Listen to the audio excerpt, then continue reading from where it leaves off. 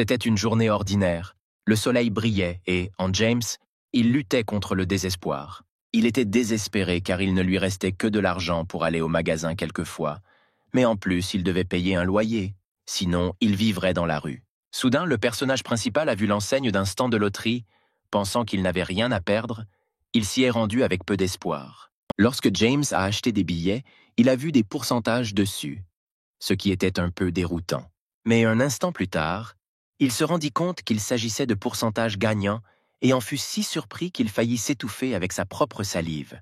Par conséquent, le gars a demandé plus au propriétaire, ce qui l'a beaucoup surpris, mais il lui a quand même donné plus. Après une série de victoires, James a retrouvé l'inspiration et le désespoir qui l'avait étouffé auparavant a disparu, car il n'avait plus aucun endroit vers lequel se tourner. En même temps, il y avait un certain ver de doute en lui qui le rongeait intérieurement, qu'il ne pouvait pas gagner si facilement et qu'il devait y avoir une sorte de piège. Néanmoins, la totalité du montant qu'il avait gagné était sur sa carte, ce qui ne pouvait que se réjouir. Il avait maintenant de l'argent depuis un certain temps. James ne voulait pas s'arrêter, alors il a demandé à nouveau au propriétaire, avec des yeux incrédules, mais il lui a néanmoins donné une nouvelle portion de billets. En voyant ses gains, le propriétaire a failli avoir une crise cardiaque juste au comptoir. Il a refusé d'y croire. Le personnage principal s'est dit que, bien sûr, le propriétaire renoncerait bientôt à ses gains, mais il n'en avait pas besoin. Ayant pu s'en tirer avec l'excuse innocente selon laquelle il avait souvent de la chance au jeu et qu'il en comprenait tous les dangers, James a de nouveau demandé de nouveaux billets. En commençant à laver le revêtement, le gars n'a pas compris ce qui se passait, car il y avait encore et encore un appel pour réessayer. Alors qu'il continuait à effacer les tickets un par un, il pensait que sa capacité à voir les pourcentages de gains avait disparu. Soupirant de soulagement, le propriétaire était déjà heureux d'avoir vendu autant de billets. Mais il ne croyait toujours pas à un acheteur aussi chanceux. Ayant remarqué les pourcentages qui ne disparaissaient pas, James réalisa finalement que la capacité ne disparaissait nulle part, et il était trop emporté et ne les remarqua pas. Le gars a vu un pourcentage important sur l'un des billets et a demandé à en acheter un autre. Faisant appel théâtralement à toutes les forces de la terre, de l'eau, du feu et du vent, il entreprit d'effacer le film protecteur, et un miracle incroyable s'est produit. Selon le propriétaire, James a gagné une très grosse somme. Caché derrière le magasin, le propriétaire ne pouvait toujours pas croire à une telle chance, et s'est rendu compte que lui vendre des billets pouvait s'avérer être une affaire rentable. Il a donc proposé à James plus de billets, et lui a dit que s'il perdait, il garderait 20% des gains pour lui. Mais le personnage principal s'est rendu compte de ce qui se passait, et a donc déclaré qu'il avait épuisé toute sa chance pour aujourd'hui et s'est dirigé vers la porte. Il a dit en chemin qu'il viendrait ici peut-être demain et tenterait à nouveau sa chance. Juste pour s'amuser, James a décidé de voir l'opportunité d'ouvrir la porte. Au début, elle était à 100%, mais ensuite elle a commencé à tomber rapidement.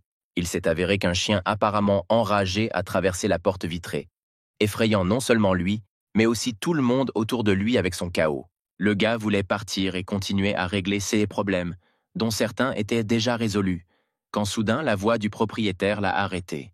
Il le prit par l'épaule, le regarda avec surprise, et lui demanda également comment il savait qu'un animal volerait par la porte. James n'a pas été surpris et a commencé à dire qu'il est un médium et que, grâce à une technique transmise de génération en génération, il peut voir l'avenir. Bien sûr, le propriétaire n'était pas pressé de le croire. Et s'il avait de telles capacités, alors pourquoi on n'a rien entendu à son sujet? Réalisant qu'il ne parviendrait pas à convaincre le propriétaire avec cela, il commença à poursuivre ses mensonges, vérifiant pour laquelle des options il serait le plus disposé à tomber. Avec un visage tout à fait sérieux, il a déclaré que si son pouvoir avait été découvert plus tôt, des personnes malveillantes auraient pu l'utiliser à leur propre fin. Puis, il a invité son propriétaire à le vérifier. Le propriétaire a été choqué et a donc déclaré que sa maison avait été détruite par une catastrophe naturelle et qu'il souhaitait recevoir une compensation. Faisant appel à toutes ses forces, James demanda exactement combien le propriétaire pourrait obtenir pour la maison et le terrain. Réalisant que le propriétaire pourrait obtenir plusieurs millions pour sa propriété détruite, il a suggéré de vérifier immédiatement. Après avoir composé le numéro au téléphone, le propriétaire n'y a cru qu'au dernier moment, mais au bout de quelques minutes, il a semblé abandonné. Ayant repris ses esprits, le propriétaire était très heureux de cette nouvelle et a promis à James qu'il donnerait une partie de l'argent de la compensation en guise de gratitude. L'heureux propriétaire et le non moins heureux protagoniste se sont finalement quittés sur une si bonne note. En sortant de l'écurie, le gars a vu le chien qui avait semé le chaos à son arrivée, couché au bord de la route. En s'approchant d'elle, James décida de vérifier ses chances qu'elle cherche le propriétaire. Elle était à 100%. Il ne s'attendait pas à ce que le chien prenne soudainement la balle qui se trouvait à côté de lui et la lance. Elle commença à rebondir sur les murs et à stocker des panneaux. Le jouet est revenu vers l'animal, mais lorsqu'il est revenu, il a frappé James douloureusement et a volé dans la tête du lanceur. Mais les aventures avec celui qui était perdu semblaient ne faire que commencer, car elle ne voulait pas que le personnage principal parte, alors elle l'a mordu à la jambe. Après son attaque, le chien démolissant tout le monde et tout sur son passage, James n'a eu d'autre choix que de courir après lui. L'homme perdu et la victime ont couru vers un magnifique parc situé au centre de la ville et ont vu une fille devant eux. Après l'avoir appelée, le gars a été très émerveillé par sa beauté et sa sérénité. Elle a eu le temps de prendre des selfies, mais n'a pas eu le temps de s'occuper de son chien.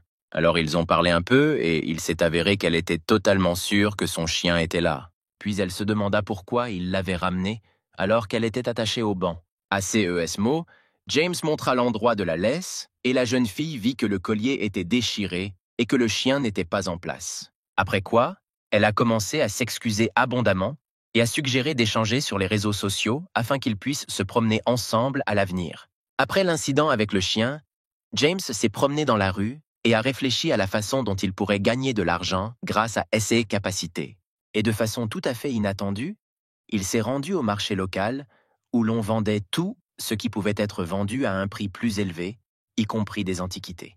En passant, un groupe de commerçants l'a appelé dans l'espoir de pouvoir le tromper et en tirer un gros jackpot. Partout, ils essayaient d'attraper James dans leur filet parce qu'ils voyaient qu'un nouveau venu était venu vers eux, qui ne savait rien. Il s'est arrêté chez l'un des marchands pour examiner ses marchandises et vérifier quelle chance aurait tel ou tel article. Son attention a été attirée par un bracelet posé parmi un tas d'autres objets. Il avait un aspect vieux et défraîchi, mais son prix était inférieur au prix indiqué.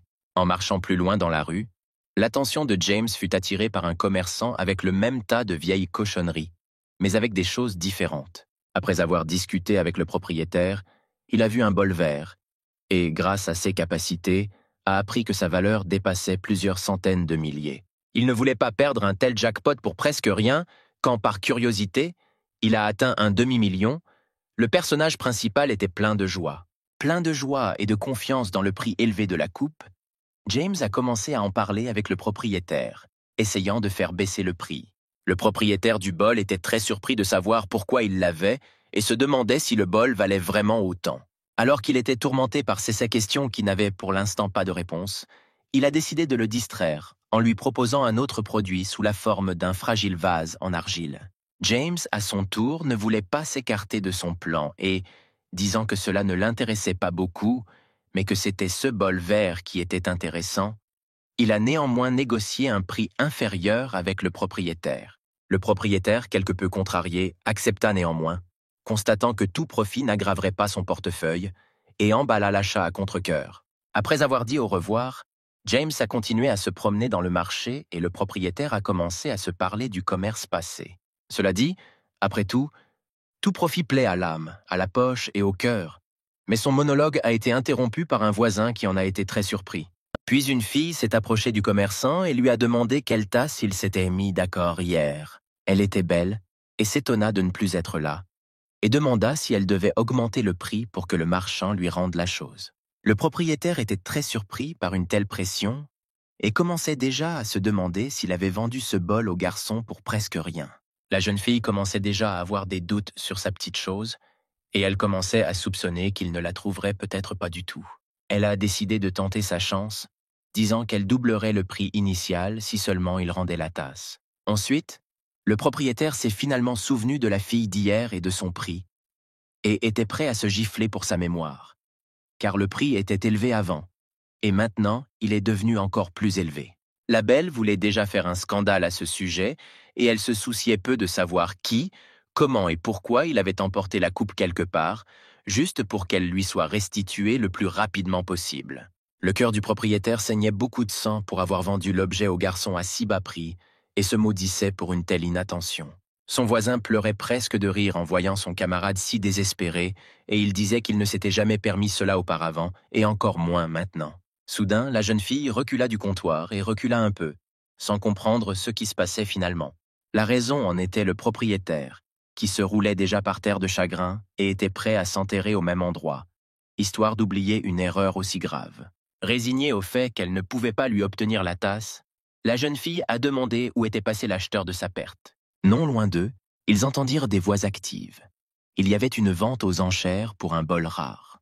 La jeune fille pensa que c'était peut-être son truc, et avec un peu d'espoir, elle se dirigea vers eux.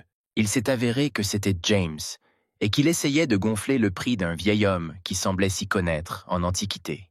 Ayant entendu le prix du deuxième, la jeune fille en ajouta plusieurs milliers, dans l'espoir que l'homme céderait à elle. Elle se rendit compte que même si elle lui paraissait familière, la tasse devait à tout prix lui être rendue, sinon son grand-père serait très contrarié.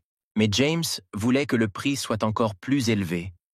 Alors il a attendu que l'homme agisse, mais la fille n'a pas lâché prise et a dit que celui qui offrait le prix le plus élevé prendrait l'article.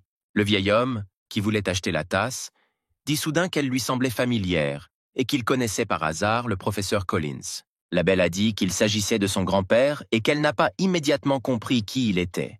Mais son ancêtre a parlé de lui et de la façon dont ils travaillaient ensemble. James perdait déjà patience et dit que si personne ne prenait la coupe, il irait ailleurs et la vendrait là-bas. La jeune fille lui a immédiatement transféré le dernier montant indiqué et a pris l'objet tant désiré. Mais le personnage principal n'a pas voulu laisser la belle comme ça et lui a donc proposé une petite divination en guise de remerciement.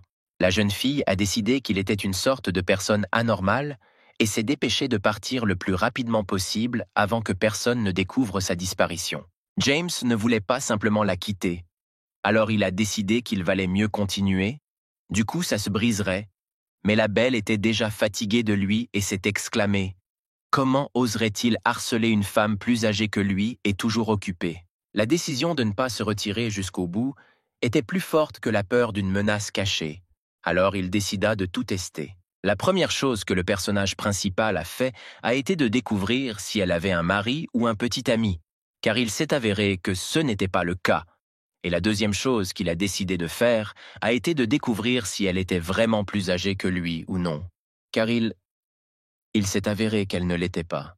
Joyeux et heureux, il avait envie de sauter des informations qu'il recevait en se disant « C'est bien d'apprendre les secrets des autres ». Mais il a été tiré de cette joie par la fille, déjà en train de partir, et a décidé que c'était la dernière chance de détourner son attention, de lui dire la date exacte de sa naissance. Elle se méfiait de cette information et commençait à penser qu'un harceleur essayait de la tromper pour faire quelque chose avec elle plus tard. Les gens qui regardaient toute cette représentation en étaient également surpris, et leurs pensées coïncidaient en partie avec celles de la belle. James réalisa immédiatement qu'il n'aurait pas du tout jeté comme ça. Maintenant, il pourrait être considéré non seulement comme un étrange cinglé, mais aussi comme une sorte de harceleur pervers. Mais pour vérifier tout cela, la jeune fille a soudainement sorti le téléphone de sa poche et a appelé quelqu'un. Elle décide de demander à sa mère la date exacte de sa naissance. Ce à quoi elle répond qu'elle va désormais consulter le dossier médical. La voix féminine a répondu au téléphone avec exactement la même date que celle que le gars collé à elle avait dit. Cela l'a beaucoup choquée. Avec une voix incrédule, la jeune fille lui a demandé comment il connaissait sa date de naissance, avec autant de précision s'ils ne s'étaient pas rencontrés auparavant. James a répondu qu'il s'agit d'une ancienne technique extra-scientifique qui vous aide à découvrir une personne simplement en la regardant. Après tout cela, la fille n'avait plus de patience et était prête à attaquer le gars avec essai point, si seulement il se taisait et le laissait derrière lui. Ici, une étrange question involontaire est apparue dans la tête du personnage principal, à savoir si cette fille déteste les hommes. Ce que la capacité montrait était à 100%, et cela ne pouvait s'empêcher de le choquer. D'une manière ou d'une autre, il a obtenu ce qu'il voulait, des contacts ont été échangés et il a découvert qu'elle s'appelait Gladys. Joyeux de cette issue des événements, James rentra chez lui en fredonnant quelque chose dans sa barbe. Des questions involontaires surgissaient à nouveau dans sa tête à propos de Gladys, si ses parents l'appelleraient et si CE serait sa mère. La capacité l'a immédiatement submergé de signes à 100% devant ses yeux et a décidé qu'il valait mieux l'informer d'un tel événement. Avant que Gladys n'ait eu le temps de s'éloigner de la scène, elle entendit soudain son téléphone se mettre à vibrer dans sa poche. En le sortant de là, elle a déverrouillé l'écran et n'a pas pu comprendre de qui venait le message, car ils étaient nombreux. Mais après en avoir trouvé un nouveau, j'ai vu qu'il provenait d'un nouvel ami qui m'a écrit qu'un de ses parents l'appellerait bientôt. Elle sortit en courant de l'allée dans laquelle elle se trouvait et commença à regarder avec ses yeux où se trouvait cet homme, pour savoir qu'il ne la suivait certainement pas. Pendant ce temps, James pensait déjà à la chance qu'il avait aujourd'hui non seulement de découvrir ses capacités, mais aussi avec les filles. À ce moment-là, Gladys a reçu un appel, et c'était de sa mère. La fille avait très peur de la surprise. La femme à l'autre bout du fil a dit qu'elle voulait qu'elle revienne et qu'ils avaient besoin de parler. Dans le même temps, James était également effrayé par l'appel soudain et l'a presque laissé tomber de ses mains. Il s'est avéré que c'était déjà sa mère, et elle lui a demandé de revenir, et elle a eu une conversation avec lui. Après ces mots, il a couru comme une flèche dans la rue, démolissant les passants au hasard. Le soir, le personnage principal était assis dans un restaurant et buvait calmement du café, pensant aux paroles de sa mère, qui lui avait organisé un rendez-vous à l'aveugle. Ils lui ont donné une photo d'une beauté, il l'a regardée et a pensé qu'elle avait probablement beaucoup de mecs et qu'elle allait très probablement aussi à un rendez-vous à l'aveugle. La porte s'est ouverte et deux filles sont entrées dans la pièce. L'une était Gladys et l'autre était la même beauté que sur la photo. Pour une raison quelconque, le premier a arrêté le second en disant que c'était une mauvaise idée et qu'il valait mieux l'abandonner avant qu'il ne soit trop tard. En regardant cette photo, James a décidé de vérifier le pourcentage de leur connaissance. Il s'est presque étouffé lorsqu'il a découvert que les filles se connaissaient à 100%. Après s'être libérée des bras de son amie, la belle a déclaré qu'elle s'appelait Cheryl et a immédiatement suggéré qu'ils se rencontrent. D'une telle offre au tour instantané, il y eut un silence, et tout le monde, y compris James, fut étonné du sérieux avec lequel elle disait cela. Mais cela ne dérangeait pas du tout Cheryl, et ne permettant pas au gars de se remettre du choc de CE qui avait été dit, elle murmura qu'il ne voulait pas l'accompagner après le restaurant. Sans permettre à James de tout comprendre, elle se serra contre elle et le serra dans ses bras, disant que c'était le genre de gars dont elle rêvait et que cette journée serait la meilleure de sa vie. Ne comprenant toujours pas ce qui se passait, le personnage principal n'en était que plus étonné et encore plus choqué par un baiser inattendu de la belle. Pendant ce temps, Gladys, qui regardait toute cette image, était non seulement sous le choc, mais ressentait en elle un sentiment étrange. Elle s'est sentie abandonnée par le monde entier, et son ami qui, sans écouter sa persuasion, a néanmoins décidé de contacter ce type. James réalisa que quelque chose n'allait pas ici, mais décida de la croire sur parole et de ne pas le tester avec ses capacités. Les deux n'ont prêté aucune attention à ceux qui les entouraient, ni à la fille, qui s'était déjà enfuie quelque part. Et Cheryl a dit que si James était déjà prêt, alors ils irèrent la voir tout de suite. En entrant dans l'appartement, la jeune fille a immédiatement présenté le nouveau venu à sa mère, qui a réagi assez violemment à son égard. Le gars s'est dit que puisqu'il y avait une telle réaction à son égard, alors il devait être le premier gars que la belle avait ramené à la maison. La tête dans les nuages, il ne remarqua pas comment son père l'attrapait et l'entraînait avec force dans la pièce. Asseyant James à côté de sa fille, il dit que lui et sa mère ne les dérangeraient pas et qu'ils pouvaient faire ce qu'ils voulaient. Le gars s'est dit que c'était bien d'être le premier là où personne n'était allé, mais il doutait encore qu'il s'agisse d'une sorte de performance pour les parents. Pendant ce temps, la mère et le père ont chuchoté et ont commencé à discuter que si le jeune homme amené par sa fille lui faisait du mal, ce à quoi le chef de famille, un couperet à la main, a dit qu'il essaie. À ce moment-là, les personnes présentes dans la pièce ont commencé à parler de tout ce qui se passait, car James a dit qu'il avait l'impression d'avoir déjà été kidnappé. Cheryl s'est éloignée de lui, et il a fait de même. Elle a dit que sinon, ses parents la tourmenteraient jusqu'à sa mort, en se demandant quand elle amènerait enfin un homme dans la maison. La belle a admis qu'elle ne le forcerait pas à faire quoi que ce soit. Elle veut juste que cette question cesse d'être un casse-tête pour elle. Pensant qu'elle avait raison sur quelque chose, et, après avoir vérifié à l'aide de ses capacités, s'il pouvait la serrer dans ses bras, et commença à s'approcher lentement d'elle, quand, à l'improviste, il tomba.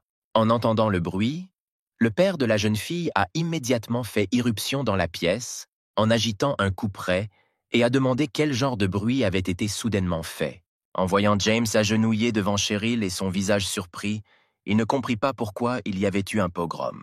En s'excusant, la mère de la jeune fille a tiré son mari hors de la pièce par l'oreille et, fermant la porte derrière elle, leur a dit de ne pas arrêter ce qu'ils faisaient et de continuer.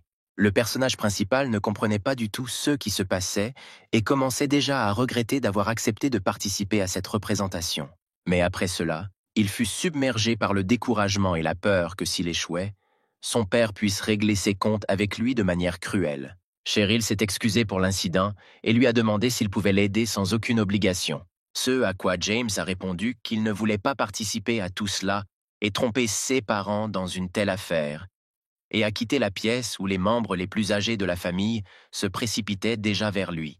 En entendant les excuses de la mère de la jeune fille à propos de ses baskets, il a ressenti un tel choc et une telle déception que même pendant toute la journée, ses émotions n'étaient que des grains de poussière. Ses chaussures préférées étaient abîmées et trempées à cause de la soupe renversée dessus, selon le propriétaire, qui a continué de s'excuser. Le père de la jeune fille l'a invité à passer la nuit et, pendant qu'il était là, il se dessécherait, mais disant qu'il devait rendre visite à un parent à l'hôpital, il est parti en claquant la porte derrière lui. Ayant quitté cette étrange famille, il a loué une chambre et s'est couché, pensant à aujourd'hui et au fait qu'il devrait tenter sa chance sur ce marché demain. Le lendemain, James s'y rendit pour acheter de nouvelles antiquités et de l'argent frais. Le propriétaire qui avait dilapidé le jackpot d'hier était assis au même endroit et polissait une sorte de vase et a vu comment l'ombre de quelqu'un couvrait ses biens et lui-même. Lorsqu'il releva la tête et vit que c'était le garçon d'hier qui lui avait pris la coupe verte, l'homme en fut très surpris. Pensant que cette fois il ne baisserait pas le prix, mais dirait plus haut, il proposa à l'acheteur un nouveau produit. James s'est rendu compte que cette fois, il n'obtiendrait pas aussi facilement ce dont il avait besoin. Alors il a demandé au système s'il pouvait à nouveau lui trouver des antiquités. Ayant décidé de se moquer un peu du commerçant, il le remercia chaleureusement pour l'achat d'hier, et lui, à son tour, fut abasourdi. En regardant les marchandises exposées, il commença à vérifier l'authenticité de chacune d'entre elles en utilisant essai capacité. Soudain, le personnage principal a déplacé son regard vers une figurine dont le coût approximatif était d'environ 12 millions et demi. James a dit qu'il avait un œil sur la figurine et qu'il voulait l'acheter, et a ajouté que cela ne le dérangerait pas de l'acheter pour quelques milliers. Le bonheur sur le visage du propriétaire était visible de loin à l'œil nu, alors ils ont rapidement accepté. Déjà après le paiement, lorsque le gars est rentré chez lui, il a commencé à avoir de gros doutes sur le prix s'il en avait donné un petit. En face de lui, une grande Jeep rose et neuve s'est arrêtée, d'où est sortie une gentille fille qui lui a demandé s'il avait vendu la figurine dont ils avaient parlé hier, et lui a dit qu'elle augmenterait le prix. Puis le propriétaire a recommencé à se souvenir et se reprochait déjà à nouveau de l'avoir vendu à ce type pour quelques milliers alors qu'ils en proposaient des millions. La mignonne a ajouté que son grand-père serait très contrarié s'il découvrait que sa figurine préférée avait disparu quelque part et qu'il augmenterait encore son prix juste pour la récupérer. Lorsqu'elle ne vit pas ce qu'elle cherchait sur son comptoir, elle était prête à pleurer sur place. Le propriétaire a essayé de la calmer, mais cela s'est très mal passé, car la figurine est partie avec le garçon. Alors la jeune fille essuya ses larmes et, avec une ferme détermination, lui demanda s'il savait dans quelle direction il était allé. Pendant ce temps, James était assis avec son grand-père antiquaire et attendait qu'il donne le prix pendant qu'il examinait la figurine. En l'examinant à la loupe, il dit qu'il avait la même chez lui et qu'elle lui était très chère. Mais alors le vieil homme se demanda si c'était elle qui se tenait devant lui et si sa petite fille l'avait vendue. Le personnage principal a dit que peut-être qu'elle est tout simplement très similaire et qu'une autre comme elle tiendra compagnie à votre bien-aimé. Par curiosité, il décide de vérifier si cette figurine pourrait appartenir à cet antiquaire, ce à quoi le système répond à 100%, ce qui le gêne beaucoup. Le vieil homme, ne se doutant de rien, lui dit que cela ne le dérangerait pas de l'acheter pour 9 millions et que cette figurine pourrait vraiment lui tenir compagnie. James a dit que c'était merveilleux quand il y a plus de quelque chose que l'on aime et il a accepté l'accord. Après avoir reçu l'argent, il a commencé à dire au revoir à l'antiquaire, qui lui a donné sa carte de visite et lui a dit que s'il trouvait quelque chose d'intéressant, il pourrait l'appeler. En sortant de l'immeuble et en regardant la carte qu'il avait reçue, le jeune homme aperçut une jolie fille se précipiter vers lui. Par curiosité, il décida de vérifier les chances qu'elle tombe. Elle était à 100% et l'avertit du danger possible. Elle ne l'écouta pas. Alors elle commença à tomber en agitant les bras, les yeux mouillés de larmes. La voyant tomber, James étendit involontairement ses mains devant lui pour l'adoucir un peu. Comme prévu, elle tomba droit dans ses bras, et en même temps, il n'en fut pas particulièrement content, se disant qu'elle était stupide. En voyant cette scène, les gens autour d'eux ont dit que les jeunes d'aujourd'hui avaient complètement perdu leur honte s'ils faisaient une telle chose. Après s'être accrochée au gars avec ses bras et ses jambes, la jeune fille n'était gênée par rien, mais sa victime commençait à être énervée par tout cela. Elle descendit de lui et sauta d'1 mètre, et James, à son tour, dit qu'elle préférait l'écouter. Le personnage principal n'a pas écouté ce que la jeune fille lui disait, mais a plutôt vérifié si c'était la petite fille de cet antiquaire. Et, comme prévu, il y avait à nouveau 100% de blanc. La mignonne lui a pris le téléphone des mains et s'est ajoutée à ses contacts, ce qui a surpris le gars. En regardant son contact au téléphone, sa bête Mary, James n'a pas remarqué comment elle était partie et, se souvenant de l'accord, est rentré chez lui, à travers tout le marché. En se promenant dans une rue commerçante, il rencontra un vieil ami qui lui demanda combien il avait vendu cette figurine. Le jeune homme a déclaré avec désinvolture qu'il l'avait vendue pour 9 millions et qu'il s'agissait d'une figurine plutôt rare et ancienne. Pendant ce temps, la jeune fille arrivait à la boutique de son grand-père et, jetant un coup d'œil au coin de la rue, regardait s'il avait sa propre figurine. Mais le vieil homme l'a remarqué et lui a demandé de rester, disant qu'il avait acheté le sien pour 3 000 et qu'il avait acheté exactement le même aujourd'hui pour 9 millions. Mary se tendit involontairement et dit avec surprise que cela devait être une coïncidence et que sa silhouette était maintenant chez elle. Mais, sentant que quelque chose n'allait pas, grand-père a décidé de ne pas laisser tomber l'affaire et a dit que ce qu'il préférait n'était plus là maintenant. La fille a dit qu'elle avait quelque chose à faire et qu'elle devait y aller. L'antiquaire a failli lui crier dessus, la grondant pour lui avoir vendu une figurine coûteuse, effrayant ainsi encore plus la mignonne.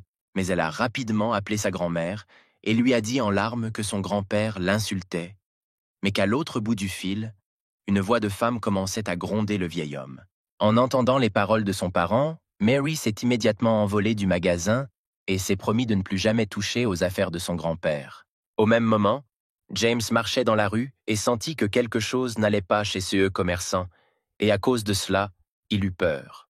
Il a commencé à regarder autour de lui, pensant qu'il était observé et que quelque chose allait se passer, mais rien ne s'est produit. En marchant dans la rue, le jeune homme pensait que ce marchand ne le quitterait pas si facilement et qu'il se vengerait certainement, comme en témoigne sa capacité à se donner à 100%. Mais il se dit que même si c'était le C.A.S., il n'avait rien à craindre avec ses capacités et qu'il pouvait gagner de l'argent sur n'importe quoi. Le personnage principal a décidé qu'il avait d'abord besoin d'une voiture, et solide en plus, pour ne pas avoir honte d'apparaître. En approchant de l'arrêt de bus, il a vu un type suspect se faufiler derrière une nouvelle connaissance. Après avoir demandé au système s'il s'agissait d'un voleur, ce à quoi il a répondu à 100%, il lui a rapidement écrit de faire attention. La jeune fille fut très surprise par son apparition et par son avertissement, laissant tout au sort. Tous deux virent que le bus était déjà arrivé.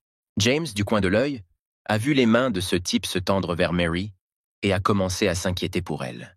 Il voulut lui crier de faire attention et se dirigea immédiatement vers elle à travers la foule. Soudain, de manière inattendue pour lui et pour le voleur, la jeune fille a frappé le deuxième au plexus solaire de toutes les forces dont elle disposait.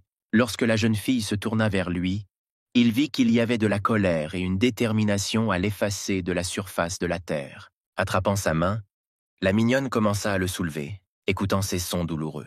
Le jetant sur son dos, elle le jeta au sol de toutes ses forces, comme si quelque chose s'était brisé. Le voleur a heurté le sol avec un cri douloureux, ce qui a attiré encore plus d'attention sur lui. La foule attendait son tour pour monter dans le bus, et les gens déjà là ont commencé à parler. Certains ont même reconnu la mignonne comme étant la fille de l'aéroport. Quand Mary a fini de s'occuper de lui, elle a dit qu'il était un pervers et qu'il voulait la toucher. Heureux que ce ne soit pas lui qui ait été battu, mais la fille l'a étonné par sa bêtise, et c'était bien que tout se soit passé ainsi. Mais il était effrayé par la force avec laquelle la mignonne avait vaincu le voleur, Le jeune homme pensa qu'il valait mieux ne pas la déranger, pour sa propre sécurité. Il remarqua que Mary le regardait étrangement et comme si elle était sur le point de le poursuivre, et par intérêt, il décida de vérifier si le bus arriverait à destination. Le système a renvoyé 0%, puis James a commencé à passer en revue toutes les issues possibles des événements. Il s'est avéré que ce sera un pyromane qui fera exploser le bus et de nombreuses personnes mourront, y compris lui-même. Le gars a composé le numéro de la police et a dit qu'il y avait un possible terroriste dans le bus et qu'il pourrait y avoir de nombreuses victimes. Ils ont marqué l'appel comme une urgence et ont demandé s'il y avait des preuves, ce qu'ils n'avaient pas. En entrant dans le bus, le personnage principal a remarqué que Mary le suivait également, parlant au téléphone avec quelqu'un. En la voyant, il se rappela comment elle avait traité le voleur et il se sentit un peu mal à l'aise d'être dans le même transport qu'elle. Ensuite, la police a appelé son téléphone et lui a dit qu'un employé qui était en vacances se trouvait désormais dans le même bus et pouvait l'aider. Cette nouvelle rendit James heureux. Mais il était très ennuyé qu'il y ait une queue qui le suivait sous la forme d'une fille stupide, à son avis. Après avoir demandé si le criminel était assis ou non, le système a répondu à 100%. En regardant parmi ceux qui étaient assis, il a remarqué que Mary n'allait pas le quitter. Puis il aperçut un homme suspect assis près de la fenêtre et tenant un sac à dos noir. Le jeune homme était ravi de le voir. Mais le personnage principal s'est rendu compte qu'en voyant son expression, il a immédiatement soupçonné que quelque chose n'allait pas et s'est tourné vers la fenêtre. James se reprochait une offense aussi grossière et craignait que l'officier ne retrouve pas cet homme. Il sentit la main de quelqu'un se poser sur son épaule et la serrer fort, l'effrayant ainsi. C'était sa pire hypothèse, mais c'était vraiment Mary, qui n'était pas loin derrière lui. Avec son astuce, elle a fait peur au gars, c'est pourquoi elle l'a réprimandé en lui disant qu'il ne devrait pas autant fuir tout le monde. Le mignon a poursuivi en disant que s'il faisait quelque chose qui sortait de l'ordinaire, il se sentirait mal. La jeune fille a immédiatement repoussé James et s'est précipitée vers l'homme avec un sac à dos à la fenêtre qui ne s'attendait clairement pas à une telle tournure des événements. Elle lui a arraché ce qui s'est avéré être un sac ouvert, où se trouvaient plusieurs bouteilles de liquide qui ressemblaient à de l'huile de tournesol. L'homme avait un visage extrêmement mécontent qu'on pouvait voir à travers et attraper si vite. James, après avoir attrapé le sac à dos, est tombé avec lui sur le sol du bus et la personne assise plus tôt s'est levée et a voulu se jeter sur lui. Mais il n'a pas eu le temps de faire quoi que ce soit car une bûche de bois l'a frappé au ventre, le faisant se plier en deux. Il a ensuite donné un coup de pied dans le dos pour abattre le coupable et l'empêcher de s'enfuir n'importe où. Il s'est avéré que c'était Mary. Elle l'a tellement battu que maintenant ce n'est plus un fait qu'il s'enfuira quelque part alors qu'il est déjà sur le sol et sous son pied. La jeune fille a déclaré que l'homme allongé sur le sol était en état d'arrestation et l'a menotté. Après quoi, elle a pris le sac à dos de James abasourdi. La mignonne a ouvert le sac à dos et en a sorti tout le contenu. Après avoir reniflé la bouteille, elle a conclu qu'il s'agissait bien d'essence. Toujours abasourdi, James s'assit par terre et regarda Mary, pensant qu'il valait mieux partir maintenant que d'avoir des problèmes avec elle plus tard. Lorsque le criminel a été remis à la police, tous ceux qui se trouvèrent dans le bus sont descendus et la jeune fille a commencé à se demander comment le garçon à côté d'elle avait appris cela. Sur le point de partir, James frissonna lorsque la main de la jeune fille retomba sur son épaule, lui disant de ne pas aller loin.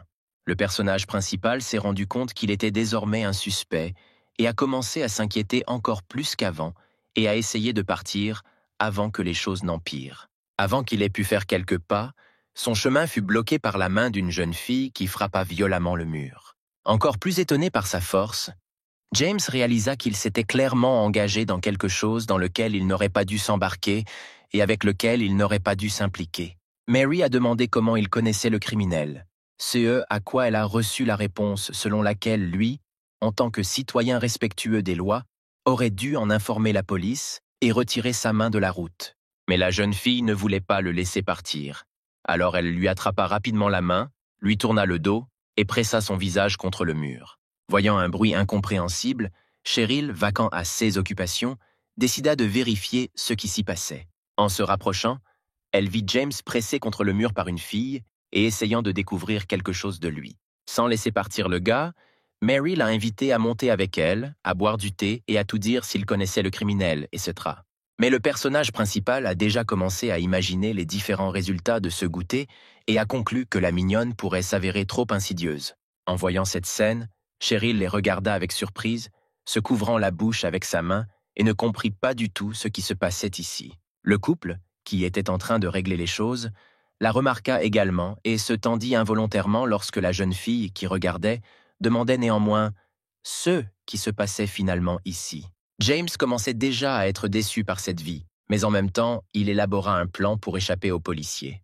Il s'est précipité pour s'excuser auprès de la belle et a dit que cette fille le harcelait constamment et voulait le rencontrer, et qu'il avait déjà une petite amie. Tout le monde autour était complètement sous le choc, personne n'a vraiment rien compris. Et en plus, le jeune homme a fait ce tour, qui a laissé tout le monde sans voix. Le gars a continué à insister et à s'excuser, affirmant qu'il n'était responsable de rien, plongeant ainsi Cheryl dans une stupeur encore plus grande. La première à partir fut Mary, qui déclara qu'elle ne poursuivait rien de tel, mais qu'elle voulait seulement l'emmener à la gare. Ce à quoi le personnage principal a répondu que personne n'avait rien dit sur l'intrigue, mais qu'il y avait quelque chose à propos du thé, mais qu'il avait déjà une petite amie, alors il a résisté. Ne trouvant rien à dire, la mignonne a commencé à rougir et à tout nier, et a commencé à dire qu'il avait complètement tout bouleversé. Elle en avait déjà assez, alors, lui disant qu'il se reverrait bientôt, elle le frappa de bon cœur au plexus solaire. James était plié en deux, et l'attaquant a juste dit au revoir et s'est éloigné, laissant Cheryl et lui surpris. Le gaz a remercié la fille pour sa compréhension et son aide, c'est à quoi elle a répondu que maintenant ils étaient quittes, mais que Gladys les surveillait de loin. Elle a commencé à penser que s'il ne laissait pas Cheryl seule, alors elle devrait vraiment l'ennuyer d'une manière ou d'une autre. Après tout, après avoir acheté une voiture, le personnage principal s'est précipité dans les rues de la ville et a pensé qu'en plus de l'argent, il devrait également avoir des relations. Avec des connexions, si quelque chose arrive, il sera possible de vendre et de trouver des antiquités à des prix encore plus élevés, et donc le profit sera plus important. Ayant atteint le marché déjà familier, James sortit de la voiture et se dirigea vers son ancienne connaissance. En voyant son voisin, le gars lui a demandé où il se trouvait, ce à quoi il a répondu qu'Alex était parti acheter de nouveaux produits et qu'il ne reviendrait pas de sitôt. Un peu déçu après avoir eu quelques échanges supplémentaires avec le commerçant, il lui a demandé s'il pouvait trouver des antiquités aujourd'hui.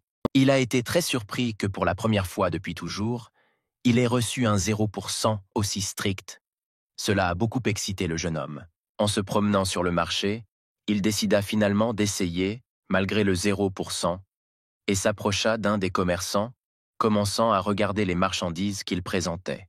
James était très attiré par un petit vase marron apparemment vieux, et il en a négocié plusieurs milliers avec le propriétaire. Avant cela, il a vérifié toutes ses chances de pouvoir l'acheter avec profit et le revendre plus tard, mais tous les chiffres ont soudainement commencé à disparaître. Puis la voix familière de Gladys s'est fait entendre, qui est apparue de nulle part et a dit qu'elle paierait encore plus pour ce vase. Le commerçant, immédiatement heureux, a voulu le donner à la jeune fille afin de réaliser un profit le plus rapidement possible. Mais alors la voix du personnage principal s'est fait entendre. Il doublait le prix offert par la belle si seulement il lui donnait l'objet ancien, craignant de perdre beaucoup. Mais Gladys ne voulait pas s'arrêter et continuait d'augmenter le prix, espérant que James finirait par abandonner. Le gars s'est rendu compte qu'il valait mieux ne pas jouer avec elle comme ça. Alors il a abandonné son idée et a dit qu'il était inutile qu'elle se batte avec lui comme ça, qu'elle le veuille ou non, mais qu'il aurait toujours un revenu. La jeune fille ne voulait pas le laisser partir. Alors elle a menacé qu'il valait mieux refuser de le revendre avant de le détruire. Insatisfait de cette conversation et avec un peu de peur, James s'éloigna d'elle, pensant qu'elle ne le prendrait pas facilement. Mais le système en a décidé autrement, lui montrant 100% de blanc devant ses yeux, pour lequel le gars voulait simplement le jeter. Satisfaite de son achat, elle décide de continuer à lui mettre des bâtons dans les roues, en le suivant et en achetant des choses qu'il retrouve plusieurs fois. À sa suite, la jeune fille irritait à chaque fois le jeune homme, augmentant le prix plusieurs fois plus haut que celui qu'il proposait. S'approchant du prochain marchand, James ne pouvait plus résister à son assaut et lui cria de le laisser tranquille à la fin. Ce à quoi Gladys a répondu qu'elle n'y était pour rien, elle achète simplement des antiquités à un prix plus élevé car il n'a pas assez d'argent. Et s'il n'abandonne pas son idée de tirer profit des vieilles choses et de Cheryl, alors elle promet qu'aucun problème ne surviendra. La fille a continué en disant que d'une manière ou d'une autre, il n'avait aucune chance contre elle. Ce à quoi le gars a reconnu qu'il n'en avait vraiment aucune, mais il ne servait à rien de tirer des conclusions hâtives. Gladys a déclaré qu'elle s'était renseignée sur lui et qu'elle savait tout de lui, et qu'elle se souvenait qu'il avait parlé d'une sorte de force avec l'aide de laquelle il avait appris sur elle. La jeune fille a conclu qu'il ne fallait pas compter sur elle. La belle l'écraserait plus vite qu'il ne pourrait reprendre ses esprits. Tout ce monologue a non seulement effrayé James, mais l'a également amené à réfléchir frénétiquement à différentes options pour s'éloigner d'elle. Après avoir dit que la force ne l'aiderait pas contre elle, la peur a disparu à zéro, mais les doutes, au contraire, sont apparus. Par conséquent, en toute confiance, le gars a répondu qu'il valait mieux le sous-estimer, car il allait lui donner une leçon. Après leur conversation, James et son poursuivant repartirent chercher des marchandises auprès d'un nouveau marchand. Il a parlé avec lui sans rien acheter, puis est allé au suivant et a également parlé avec lui sans rien acheter. Alors le gars a parlé à tous les commerçants qui étaient au marché, et Gladys, à son tour, n'a pas compris pourquoi il faisait ça. Finalement, James s'est finalement approché d'elle et lui a dit que tout allait bien maintenant et que nous pouvions continuer. Puis il a crié dans toute la rue qu'il voulait acheter pour plusieurs millions tous les produits sur les étagères de tous les commerçants. Ce qui a choqué la jeune fille. Mais elle n'était pas perdue et a immédiatement proposé plusieurs fois plus que ce qui avait été proposé plus tôt et a déclaré qu'elle prenait tout. Voyant sa pression, James fit semblant d'être inquiet et dit qu'il n'y avait pas besoin de s'exciter et qu'il valait mieux réfléchir d'abord. Ce à quoi Gladys a répondu qu'elle s'en fichait et qu'il valait mieux qu'il se tienne enfin à l'écart calmement. Les commerçants ont hésité, pensant que cela pourrait être une astuce, mais la jeune fille a immédiatement suggéré qu'ils gagnent également de l'argent sur la livraison. Ils ont accepté avec joie les chèques qu'elle leur avait remis, ont dit que c'était une bonne journée, et la jeune fille était contente d'elle. Mais James, de façon inattendue pour elle, s'est approché des marchands et a demandé si tout était en vigueur, ce à quoi la réponse a été bien sûr, et 50% le transférèrent bientôt. La foule joyeuse n'a eu que le temps de remercier le personnage principal, mais personne n'a remarqué Gladys, qui s'était assombrie comme un nuage. Elle a réalisé quel était le problème et ne pouvait pas se pardonner sa défaite. Alors elle a laissé les mots qu'il se vengerait et est rentrée chez elle. Le gars a répondu qu'il suffisait de la laisser essayer et qu'elle perdrait à nouveau contre lui, et que maintenant, il lui mettrait des bâtons dans les roues si quelque chose arrivait. Après avoir dit au revoir sur une telle note, la jeune fille est partie, et le personnage principal est allé se promener dans le marché à la recherche de nourriture. Puis il a vu un panneau « Mise à jour du système » devant lui, ce qui lui a fait très peur et l'a presque étouffé. En quittant le marché, James pensa à elle et conclut qu'à l'avenir, il ne pourrait comprendre que ceux qui avaient changé, mais pour l'instant, il revint à ses réflexions sur l'élargissement de ses relations. Il a remarqué qu'un homme attendait devant sa voiture.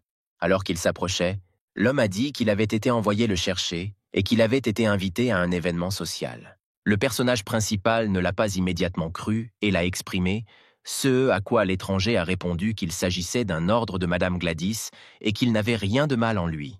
Lorsqu'il accepta finalement, après s'être mis en ordre, ils arrivèrent dans une immense maison luxueuse avec de grandes fenêtres et des portes ouvertes. Gladys s'y tenait et l'appela dans la maison, lui disant que s'il voulait être si riche grâce aux antiquités, alors il ferait mieux d'être ici. Ils entrèrent dans une immense salle avec un grand lustre en cristal et un grand nombre d'invités, parmi lesquels marchaient des serveurs. La jeune fille l'a présenté à ses amis influents. C'est pourquoi, au début, le jeune homme avait peur, mais ensuite, il l'a présenté aux toilettes et a commencé à parler plus facilement. Après avoir parlé, ils se dirigèrent vers la table où ils s'assirent. Et la jeune fille dit qu'elle était surprise de la façon dont il s'était montré aujourd'hui.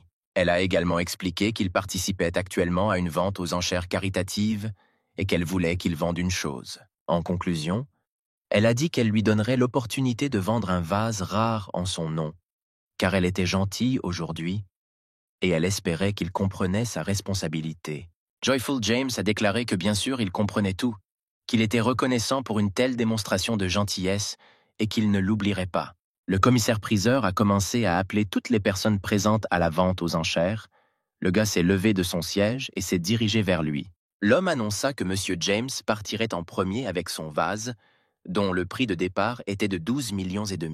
Tenant la boîte avec l'artefact dans ses mains, le personnage principal était très inquiet et ne voulait pas tomber face contre terre devant tous ces gens.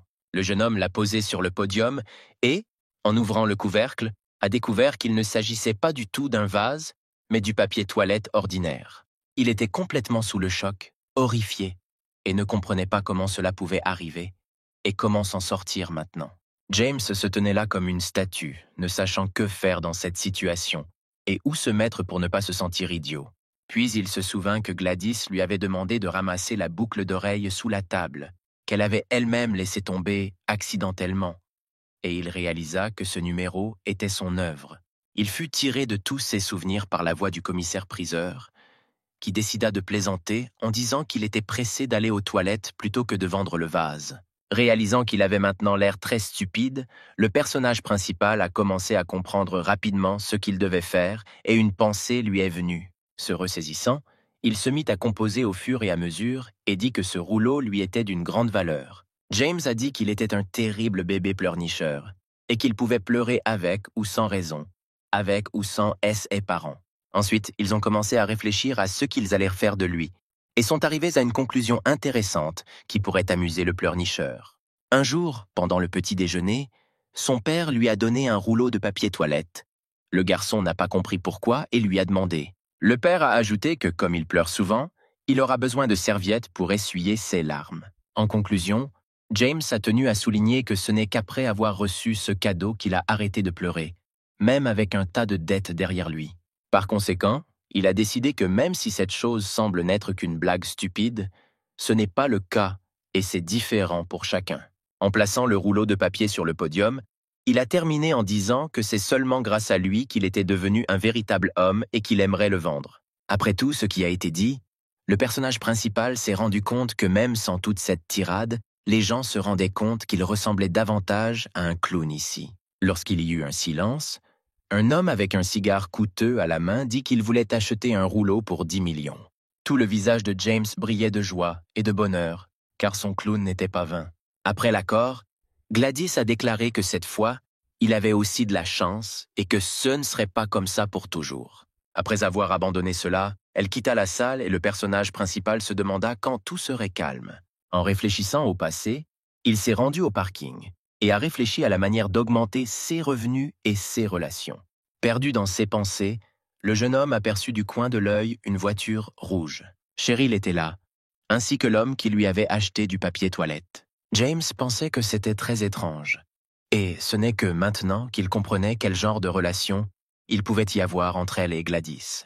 En s'occupant d'eux, il espérait ne plus jamais vivre de telles aventures. Le gars s'est demandé si Cheryl pouvait être liée d'une manière ou d'une autre à lui, à quoi il a reçu une réponse du système selon laquelle il se mariait pour le bien d'une entreprise commune. Ayant atteint sa voiture, James décida qu'il serait préférable de trouver un autre antiquaire maintenant.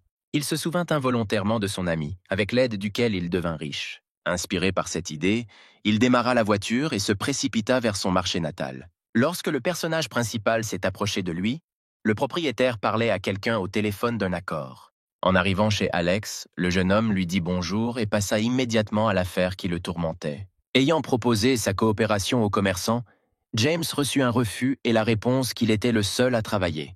Un peu bouleversé, il est rentré chez lui et 2 personnes se sont approchées de son ami. Le jeune homme s'intéressait à ce couple et il écouta leur conversation. Ils parlèrent d'une lame ancienne. Le propriétaire les a accueillis cordialement et leur a dit qu'il avait tout prêt et qu'il a accepté d'acheter les marchandises. Le couple a déballé le colis et a montré sa marchandise ainsi que son authenticité totale. James s'est soudainement demandé si c'était faux ou réel, ce à quoi le système a répondu que c'était réel, mais qu'il y avait un faux. Puis elle a sorti une pancarte avec une image devant ses yeux où elle a montré une fausse pierre sur le manche. Immédiatement, le personnage principal a averti Alex du prétendu danger, à quoi il répondit qu'il ne voulait plus le voir et qu'il le laissait continuer son chemin et ne pas se mêler de ses affaires. Le marchand, presque en criant, l'a chassé, se souvenant de ces 2 fois, et lui a également dit qu'il ne devrait pas rêver de coopération. James a immédiatement décidé de ralentir, affirmant que s'il trouvait où se trouvait le faux, il accepterait. Prenant l'épée de ses mains, le marchand accepta néanmoins ses conditions. Mais sinon, il lui paierait la totalité de sa valeur. Sans perdre de temps, le gars a pris un petit marteau et l'a frappé sur le manche. Lorsqu'il atteignit son but, un petit caillou se détacha et tomba au sol. Alex était prêt à mettre en pièces l'insolent sur le champ, mais sa colère a été mal comprise. Après avoir vu son travail, James était satisfait du travail parfait et de lui-même. Il a tendu le fourreau et a demandé s'il existait des codes QR à cette époque, ce à quoi il a immédiatement répondu qu'il en doutait. Dans le petit trou où se trouvait le galet, il y avait bien un carré noir avec plusieurs autres à l'intérieur. Le propriétaire, surpris, arracha l'épée des mains du jeune homme et tenta de vérifier ce qui se passait. James a dit qu'il avait lui-même été trompé encore plus que ces 2 fois-là. Alex était prêt à se déchirer et à se jeter de colère, d'irritation, etc. Voyant cela, le couple s'est rapidement enfui. Le personnage principal a dit qu'il ne fallait pas être si bouleversé et repenser à sa proposition. Le commerçant a dit qu'il était toujours contre, mais qu'il était prêt à donner certaines choses gratuitement, en guise de remerciement. Après avoir fouillé ses affaires, il en sortit un tissu rouge qu'il porta au nu, mais le jeune homme dit que cela ne l'intéressait pas. Puis, après avoir trié toutes ses marchandises, le propriétaire sortit de nouveaux fourreaux et commença à les vanter. Il a dit que c'était un fourreau ancien et qu'on pouvait faire fortune avec. Le système a immédiatement montré qu'il s'agissait de véritables antiquités et qu'elles étaient assez chères. James était choqué par les informations qu'il recevait, et il ne pouvait pas croire qu'un commerçant puisse avoir quelque chose d'aussi cher. Mais le propriétaire ne voulait pas s'en séparer si facilement, car il allait lui-même revendre la lame de manière plus rentable. James a dit qu'il le voulait en guise de remerciement. Alex a répondu de manière plus agressive et a continué à tenir bon. Le personnage principal a commencé à lui faire pression, en lui disant que s'il ne le rendait pas, des problèmes pourraient survenir, et il n'aurait pas de nouveaux clients. Le visage du marchand devenait de plus en plus blanc à chaque mot. Il ne voulait pas s'en séparer comme ça. Son cœur saignait, pensant que maintenant il pourrait tout perdre s'il ne le donnait pas et perdre tous les bénéfices. Avec tristesse et douleur, il a quand même donné la lame à James et lui a dit de partir, et lui a souhaité une bonne journée. Après avoir remercié Alex, James lui souhaita la même chose et se dirigea vers un autre de ses amis. Il s'approchait déjà d'un bâtiment familier, ce qui lui rappelait d'agréables souvenirs récents. Le personnage principal espérait que cette fois, il serait en mesure de conclure un accord rentable avec cet antiquaire. En entrant dans la pièce, il a vu une fille qui mettait de l'ordre dans des artefacts anciens. Le remarquant, elle a dit qu'elle appellerait Monsieur Michael. En l'attendant, le jeune homme entendit soudain une voix familière et quelqu'un grogner. Il s'est avéré que c'était Mary, pour une raison inconnue, qui se réchauffait juste autour des objets exposés fragiles. Elle le regarda sévèrement. James décida de vérifier s'il devait se défendre maintenant, ce à quoi le système répondit à 100%. Puis la jeune fille leva brusquement la main, se préparant à attaquer, avec un regard plutôt terrifiant. Le personnage principal, avant d'avoir fini de lire le panneau, l'a immédiatement vu et a été surpris par sa vitesse. C'est bien qu'il ait réussi à esquiver. Sinon, il se serait promené avec un œil au beurre noir. James a esquivé à temps et Mary a raté son coup. Mais à la place, il a saisi un vase antique et s'est préparé à le lancer. Puis la voix de son grand-père retentit derrière elle et elle fut surprise et terriblement effrayée par son apparition soudaine.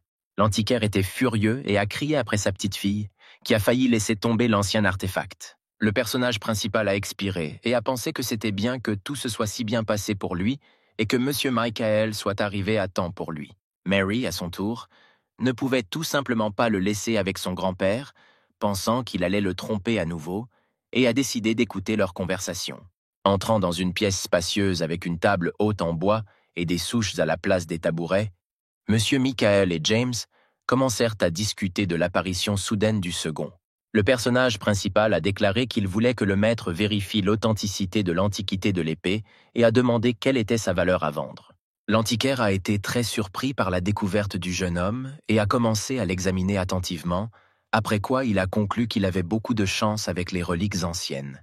De plus, Monsieur Michael a déclaré que le coût de cette lame commence à 60 millions et a sorti un chéquier. Il écrivit exactement le montant qu'il avait nommé, surprenant et ravissant ainsi grandement James, ajoutant qu'il avait une bonne connaissance des antiquités. Le personnage principal a admis qu'il était tout simplement très attentif, et pour le prouver, le gars a déclaré que sa petite fille, qui avait escaladé le mur, les écoutait maintenant. Monsieur Michael n'y a pas cru au début, mais a décidé de vérifier, et les paroles du gars se sont avérées vraies. Il a vu une fille accrochée au rebord, qui n'était gênée par rien. Remarquant que son grand-père et James l'avaient redécouverte, elle sauta immédiatement et promit en s'enfuyant qu'elle ne ferait plus jamais ça. Revenant à la conversation, l'antiquaire décida de tester les connaissances du jeune homme et lui proposa de lui parler des trésors antiques qui se trouvaient dans cette pièce. Grâce au système, le personnage principal savait déjà tout sur tous les artefacts et, sans douter de rien, lui parlait de chacun avec quelques détails. Monsieur Michael a été complètement choqué par ses connaissances et par la facilité avec laquelle il a tout raconté. Après avoir félicité le jeune homme pour ses réponses aussi précises, il lui proposa de boire encore du thé et de parler d'une autre relique. Après l'avoir montré, James lui en raconta immédiatement, sans aucun doute, ce qui frappa le vieil homme d'un choc et d'une admiration encore plus grands, et lui dit qu'il aurait besoin d'un peu d'aide. Le personnage principal doutait de sa véracité et de sa sincérité, ce à quoi le système a répondu qu'il n'y avait pas de piège et qu'on pouvait lui faire confiance, même s'il pouvait être utilisé à ses propres fins. Ils quittèrent la pièce et se dirigèrent vers le sous-sol. En chemin, M. Michael dit qu'il voulait qu'il vérifie l'authenticité d'un vase très cher et rare. L'antiquaire et le jeune homme s'approchèrent de l'immense porte massive en fer du coffre-fort, qui cachait derrière elle quelques bijoux. En l'ouvrant et en entrant, le personnage principal a vu des rangées de nombreux petits coffres-forts dans lesquels était stocké quelque chose de très cher et rare. Ils atteignirent une autre porte similaire, et l'antiquaire prévint que si James pouvait dire si elle était originale ou non, il l'aiderait beaucoup. En entrant dans la pièce, le gars aperçut devant lui un immense vase blanc avec des dessins de dragons bleus sur ses côtés. Ici, le système est venu à la rescousse et a montré que le faux se trouvait au fond de ce bijou et qu'il y avait un risque de l'endommager. Le jeune homme a expliqué que le fond est faux et que pour le vérifier, il faut casser le vase. L'antiquaire s'y est opposé et a déclaré qu'il ne le ferait pas sans le véritable propriétaire, car le prix dépassait le milliard. Après l'appel de M. Michael, un homme grand et potelé est arrivé, qui avait l'air très inquiet et a demandé ce qui se passait. L'antiquaire et James lui expliquèrent en quelques mots ce qui se passait, après quoi le jeune homme attrapa l'un des artefacts afin de l'utiliser pour détruire l'autre. Ayant levé la main, le propriétaire l'a arrêté en lui disant que s'il faisait quelque chose avec ce vase, il aurait non seulement de gros problèmes, mais il pourrait aussi aller en prison. Comprenant tout cela, James pensa que même si tout cela arrivait, il n'aurait rien à perdre. Ayant pleinement pris conscience de sa position, il lança néanmoins un objet qui ressemblait à un marteau, brisant ainsi l'ancien vase. M. Michael a déclaré d'une voix sévère que si cela s'avérait vraiment être un faux, ce ne serait pas le jeune homme qui aurait des problèmes, mais lui. Pendant ce temps, le système essayait de déterminer où se trouvait exactement le faux et dans quelle partie il fallait le rechercher. Avec son aide, James a commencé à briser soigneusement les restes du fond du vase coûteux, craignant d'endommager l'épreuve. Lorsqu'il a cassé le morceau suivant, le visage du propriétaire était plus blanc qu'un drap et le personnage principal n'avait plus la même confiance qu'avant. Le gars était prêt à désespérer et pensait que par ses actions, il avait déjà multiplié et détruit tout ce qui pouvait l'être. Soudain, dans la dernière pièce, il a découvert quelque chose de très intéressant. C'était une plaque avec un code QR et il l'a tendu à ceux qui regardaient. Le propriétaire du faux vase tremblait pratiquement, et M. Michael était furieux et prêt à le détruire sur place. D'une manière ou d'une autre, satisfait de son travail et de ses bénéfices, James rentra chez lui et continua à flâner sur le marché. Il monta dans la voiture et se précipita à l'autre bout du marché, là où son bon vieil ami faisait habituellement du commerce. En arrivant, le personnage principal a remarqué que des personnes portant des bandages couvrant le visage s'étaient garées près de son comptoir et se dirigèrent vers lui. Ils ont d'abord attrapé Alex avec force et l'ont traîné jusqu'à la voiture, puis ont commencé à le pousser dedans avec ses pieds, et le commerçant a clairement résisté. Lorsque les inconnus l'ont finalement traîné dans la voiture, fermant rapidement la portière, ils sont partis tête baissée, et James s'est précipité après eux pour dormir avec son ami. Ayant pris du retard à une certaine distance, il est arrivé à un bâtiment abandonné avec des vitres tombant des fenêtres et a commencé à réfléchir à ce qu'il devait faire. Le système indiquait l'emplacement du propriétaire et indiquait plusieurs chemins pour l'atteindre. Le marchand gisait pieds et poings liés, bâillonné et le visage enflé à cause des coups. Voyant son état déplorable, James grimpa par la fenêtre pour le libérer et s'enfuir avec lui, et l'homme fut surpris par son apparition inattendue. Après l'avoir libéré, le personnage principal a dit qu'il ferait au mieux de se dépêcher tant qu'il n'y a personne. Ce à quoi Alex a répondu qu'il n'était pas important et qu'il se sauverait.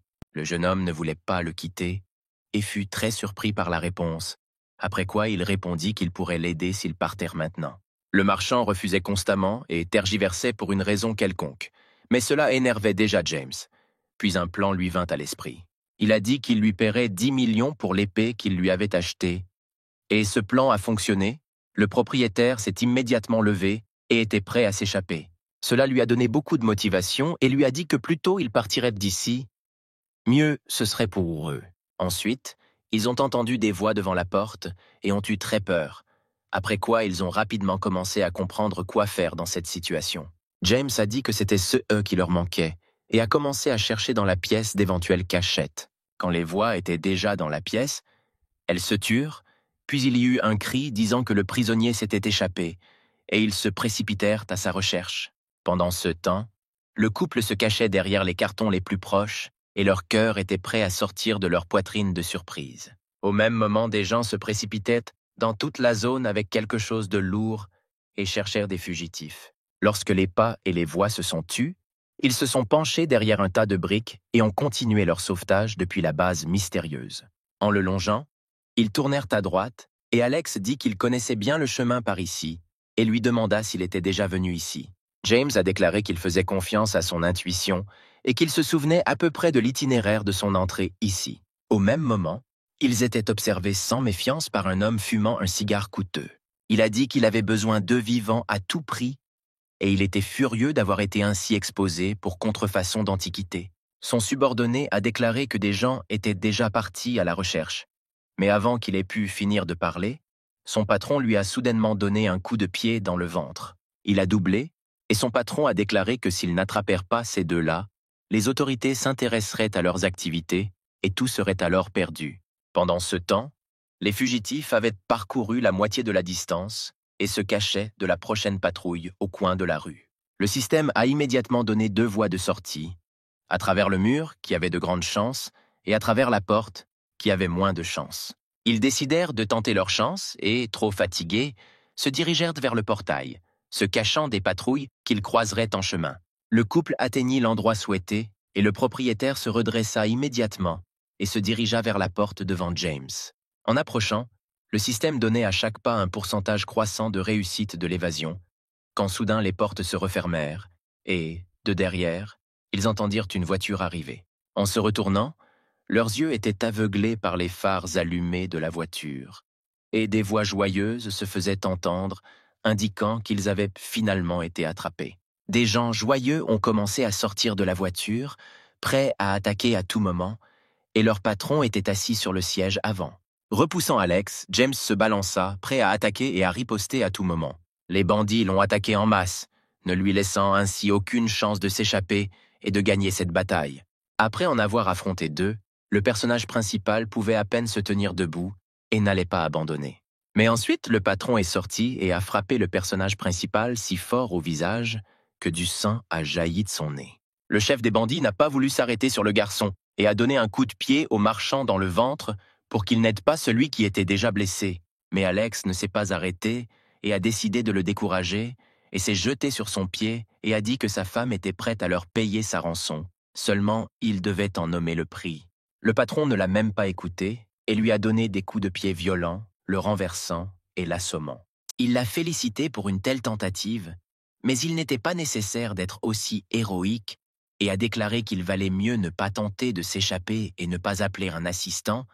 Il n'avait toujours aucune chance. Tombé face contre terre, James ne savait plus quoi faire pour les faire sortir tous les deux, quand soudain une idée lui vint à l'esprit.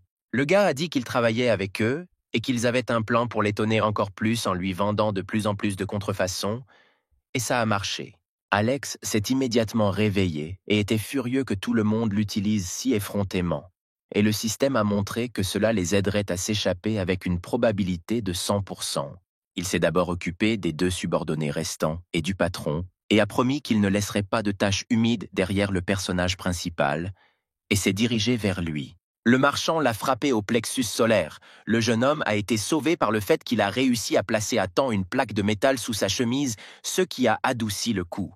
L'homme en colère a couru vers la porte, la faisant tomber et tombant épuisé au sol, frappant James. Après l'avoir traîné jusqu'à la voiture, le personnage principal a vu qu'il était inconscient et s'est plaint d'être si lourd. Le chef des bandits battus a allumé une cigarette et a déclaré qu'il ne les quitterait pas si facilement et qu'il devrait agir de manière décisive. Les victimes sont arrivées à l'hôpital.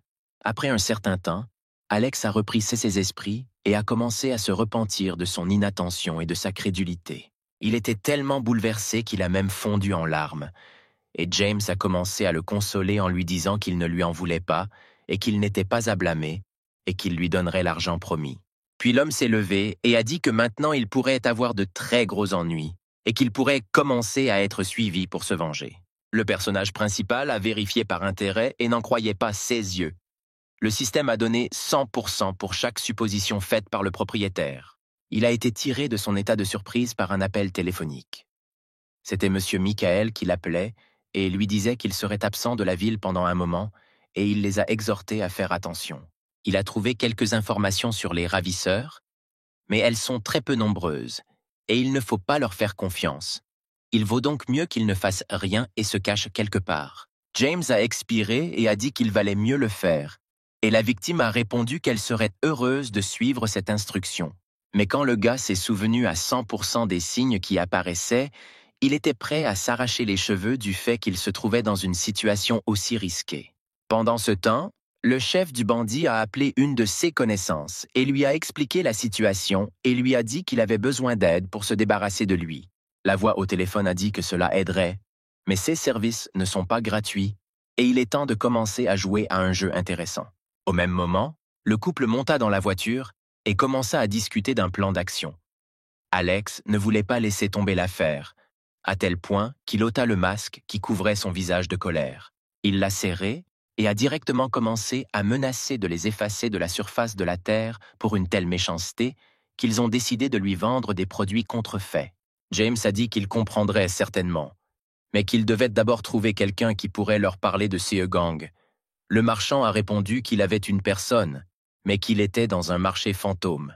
En appuyant sur la pédale d'accélérateur jusqu'au sol, ils se dirigèrent vers leur destination, pleins d'espoir que tout cela serait bientôt terminé. En arrivant au marché fantomatique, le couple commença à s'y promener, et Alex dit qu'ici, ils pourraient trouver leur informateur qui pourrait tout leur trouver et leur dire. Les amis ne s'aperçurent pas qu'ils étaient suivis par la personne qu'ils recherchaient. Il se dit que l'argent lui valait encore plus que lui et s'en alla répandre des rumeurs. Un inconnu derrière lui l'observait. C'était avec lui qu'il avait un accord selon lequel il répandrait des ragots pour calomnier une connaissance. Le couple s'est rendu chez l'ami du commerçant, et là où il l'a appelé, il lui a dit qu'il n'allait rien lui vendre et qu'il devrait aller tenter sa chance ailleurs. À partir de cette réponse, les narines d'Alex se sont considérablement élargies et il semblait que de la fumée s'échappait de la colère et de l'indignation, puis il a demandé ce qui se passait exactement. Sa connaissance a répondu que tout le monde autour de lui savait déjà qu'il avait rejoint M. Michael, donc personne ne voulait avoir affaire à lui maintenant. L'homme a décidé de vérifier et s'est retourné. Il a vu que derrière son dos, il y avait déjà beaucoup de chuchotements sur ce sujet, même si en fait, c'était loin d'être le cas. Alex voulait commencer à trouver des excuses en disant que tout cela n'était qu'un mensonge et qu'il n'y croirait pas. Et James, pendant ce temps, se demandait quel était le piège. Puis il l'attrapa par la main et l'entraîna dans une ruelle, au milieu de cris pour qu'il quitte cet endroit et ne revienne plus ici. S'étant transformé en ruelle, le commerçant ne comprenait toujours pas ce qui se passait ici et pourquoi tout le monde commençait soudainement à le détester. Puis le personnage principal expliqua qu'ils avaient été piégés et que quelqu'un ne voulait pas qu'ils coopèrent avec eux. En parcourant cette ruelle, il a continué en disant que, d'abord, ils auraient besoin d'un déguisement pour ne pas être chassés à nouveau. Sortant pour tous deux des vestes à capuche et un masque, ils repartirent à la recherche de leur informateur. À l'approche de divers ajouts, le couple fit semblant d'examiner les marchandises qui les intéressaient, et le marchand sans méfiance leur proposa de plus en plus de nouveautés. Ensuite, ils ont entendu les détails des ragots des personnes qu'ils ont approchées, et il s'est avéré que notre commerçant a tout quitté et a rejoint non seulement M. Michael, mais aussi sa société. À partir de là, Alex a failli éclater de colère et de calomnies aussi flagrantes, et il était prêt à leur arracher la langue par les racines pour avoir diffusé de telles informations. Mais James l'a arrêté, lui disant que ce n'était pas le meilleur moment pour commencer une bagarre et régler les choses, et il l'a pris à part. Il commença à réfléchir à ce qu'il devait faire et à ce qu'il devait faire ensuite, quand soudain son compagnon le quitta et se dirigea vers l'objet d'intérêt. Le marchand s'approcha pour examiner une vieille boîte qu'il ne put ouvrir immédiatement. Son collègue a déclaré qu'elle valait plusieurs milliers, ce à quoi il a répondu qu'il connaissait la valeur de cette relique et qu'il n'avait pas besoin d'expliquer davantage de quoi il s'agissait. James s'est approché de lui et lui a demandé pourquoi il en avait besoin. Il a reçu la réponse que cette boîte pouvait être achetée ici pour quelques centimes, puis revendue à un prix plus élevé. Avant que le propriétaire n'ait eu le temps de le dire, la main lourde et large de quelqu'un s'est posée sur sa trouvaille, mettant ainsi fin à ce moment de joie. C'était un homme grand et étrange qui disait que cette boîte valait bien plus que les maigres quelques milliers de dollars pour lesquels elle était offerte. James réalisa que quelque chose n'allait pas ici et qu'il devait sortir d'ici le plus tôt possible pour ne plus avoir d'ennui. L'inconnu a ajouté que son coût commence à partir de 300 000 et qu'il est très précieux, plongeant ainsi tout le monde sous le choc. Il a poursuivi en disant que cet endroit ne lui convenait clairement pas et que s'il se retirait, il n'y aurait aucun problème. Le commerçant n'était pas satisfait de son apparence, manifestant ainsi son mécontentement en disant qu'il en prenait beaucoup. L'inconnu a commencé à s'emporter et a déclaré que s'il était si opposé, il pourrait vérifier lui-même l'authenticité ou se familiariser avec sa technique de combat. James remarqua qu'une foule de spectateurs commençait à se rassembler, voulant voir quel genre de confrontation avait commencé. Sans attendre une réponse inconnue, le gars s'est excusé auprès de son ami et a dit qu'il en comprenait l'importance et qu'il ne le dérangerait plus. Alors qu'il s'apprêtait à partir, l'homme a barré le passage au couple, affirmant qu'il connaissait bien les antiquités, les surprenant ainsi. Il a proposé un marché, s'il pouvait alors résoudre le mystère de la boîte, alors il pourrait obtenir ce qu'il cherchait. James a décidé de vérifier si la boîte avait vraiment autant de valeur, et s'il y avait quelque chose dedans, pour lequel le système a répondu à 150% aux questions. L'inconnu a immédiatement commencé à réorganiser rapidement les petites parties de la boîte, à partir de laquelle elle était fabriquée d'un endroit à l'autre. Il y en avait beaucoup, et il a fallu un certain temps pour déverrouiller le mécanisme, et une nouvelle boîte en bois est apparue de là. Le personnage principal n'aimait plus dans quoi il s'était embarqué, et le marchand derrière lui commença à paniquer à l'idée de s'être fait prendre comme ça. Le gars est devenu plus sombre qu'un nuage et a vérifié le système pour voir si l'homme était lié d'une manière ou d'une autre à celui qu'il recherchait, ce à quoi la réponse n'était que de 50%. Il décida de quitter rapidement les lieux, remerciant le maître pour sa science et s'excusant une nouvelle fois auprès de lui pour la gêne occasionnée. Mais la foule ne voulait pas que le spectacle se termine et a exigé qu'il continue, répétant ainsi haut et fort les rumeurs qui se sont répandues comme une traînée de poudre. Cela a vraiment ennuyé Alex, et il était sur le point de crier à tout le monde que c'était une calomnie stupide contre un honnête homme. Mais James l'a ensuite éloigné. Il a dit qu'il était trop colérique et qu'il valait mieux ne plus attirer l'attention sur lui. En tant qu'amis, ils ont entendu une nouvelle voix masculine. C'était un grand homme au visage pas très agréable, qui disait que s'il parvenait à comprendre, il pourrait l'emmener comme ça. Le personnage principal s'est rendu compte, grâce au système, qu'avec lui la recherche pouvait s'accélérer et que son aide ne serait pas superflue. Et, sans prêter attention au regard surpris de son ami, il a accepté. Utilisant toujours ses capacités, il dit que l'intérieur de cette boîte en bois était vide, mais qu'elle contenait un mécanisme secret qui pouvait être utilisé pour ouvrir l'accès au trésor. Le premier inconnu a ouvert une petite boîte et a été surpris que le gars ait deviné juste, même sans jamais regarder à l'intérieur. Mais cette nouvelle l'a même calmé, et il a expiré en disant qu'il y avait vraiment un autre mécanisme dedans, mais que personne ne savait comment le trouver et l'ouvrir. Ensuite, James a pris la boîte de ses mains et a commencé à l'examiner, la tournant dans ses mains et attendant que le système commence à l'aider.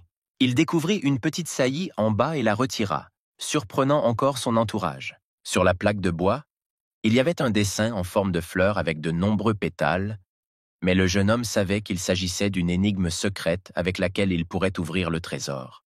Toujours avec l'aide du système, James franchit facilement le labyrinthe secret et invisible qu'elle lui montra.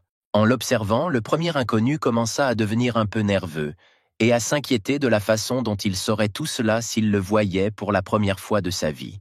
Après avoir parcouru tout le labyrinthe, le personnage principal a déverrouillé un compartiment dans lequel est apparu un bracelet de jade vert, brisé en 3 parties. La foule et les autres personnes qui l'entouraient et qui l'observaient étaient stupéfaites par un tel événement, et tout le monde ne comprenait pas comment il avait réussi. Le deuxième inconnu a dit que ce n'était pas mal, mais son petit-fils a fait une petite gaffe. Il lui a à son tour avoué sa défaite et s'est excusé de son inattention. Il s'est approché de ses amis et a admis qu'il admirait leur talent et qu'il n'avait jamais vu de telle personne. Et James lui a souri avec contentement. L'homme leur proposa un concours. S'il pouvait évaluer les antiquités et offrir une grosse somme, il gagnerait.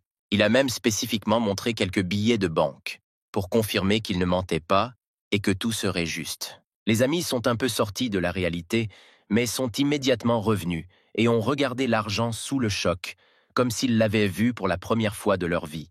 Mais ils ont été sortis de cet état par la voix d'un homme qui a dit que s'ils perdent, ils n'auront en principe plus à se présenter sur le marché des antiquités. James n'était même pas nerveux, mais il était totalement convaincu que son système ne tomberait pas en panne et lui donnerait tout ce qu'il avait sur une assiette sans erreur. Un silence tendu régnait, une foule de badauds commerçants attendait que le banquet continue, et leurs compagnons se regardaient, espérant comprendre ce qu'ils pouvaient attendre de leur adversaire. Le personnage principal a vu, avec l'aide du système, un vase ancien et a commencé à parler de sa valeur et de l'histoire en quelques phrases. Son adversaire l'a félicité, mais lui a proposé 2 livres rares, dont le coût pourrait dépasser plusieurs millions. Le gars a dit que ce n'était pas très important. Ce à quoi l'homme a répondu sèchement que pour les vrais connaisseurs, c'est un véritable trésor pour lequel ils pourraient donner toute leur fortune. Mais c'est là qu'ils se sont arrêtés, car ils n'ont plus rien trouvé d'intéressant, après quoi l'aîné a ri et a dit que le jeune homme ne s'était pas trompé et l'a invité chez lui. Ils sont partis, et leurs amis sont restés un peu confus quant à ce qui venait de se passer. James a décidé de vérifier si la famille de CES étrangers était liée d'une manière ou d'une autre à ce gang et s'il pouvait compter sur leur aide contre eux, et le système a répondu à 100% à chaque question. Il a également exprimé des doutes à leur sujet à son ami. CE, à quoi il a réagi avec surprise et un peu d'inquiétude sur le visage. Alex a dit que même si c'était le CA, qu'il fasse confiance au destin pour l'instant et ne pense pas trop à quoi que ce soit, mais maintenant, ils ont juste besoin de se reposer. Le lendemain, ils sont arrivés chez cet inconnu et ont été étonnés de la taille du manoir qu'ils ont vu. Il était vraiment immense. Jusqu'à ce qu'ils franchissent le seuil de cette maison, le commerçant ne pouvait s'empêcher de prendre des photos de la maison et de son environnement. Il a également noté que ce serait un plaisir de coopérer avec lui et qu'il était prêt à le faire, et lui a serré la main avec joie. Puis leur poignée de main fut soudain effleurée par la patte d'un chien au regard terne, surgi de nulle part. James s'est souvenu d'elle. Elle est apparue le jour où il a découvert cette capacité et a commis un pogrom dans un magasin de loterie. Levant les yeux, ils virent une fille se précipiter vers eux, qui leur promit de remettre immédiatement le chien en laisse. Et le gars l'a reconnue immédiatement. Mais la belle elle-même ne l'a pas immédiatement reconnu.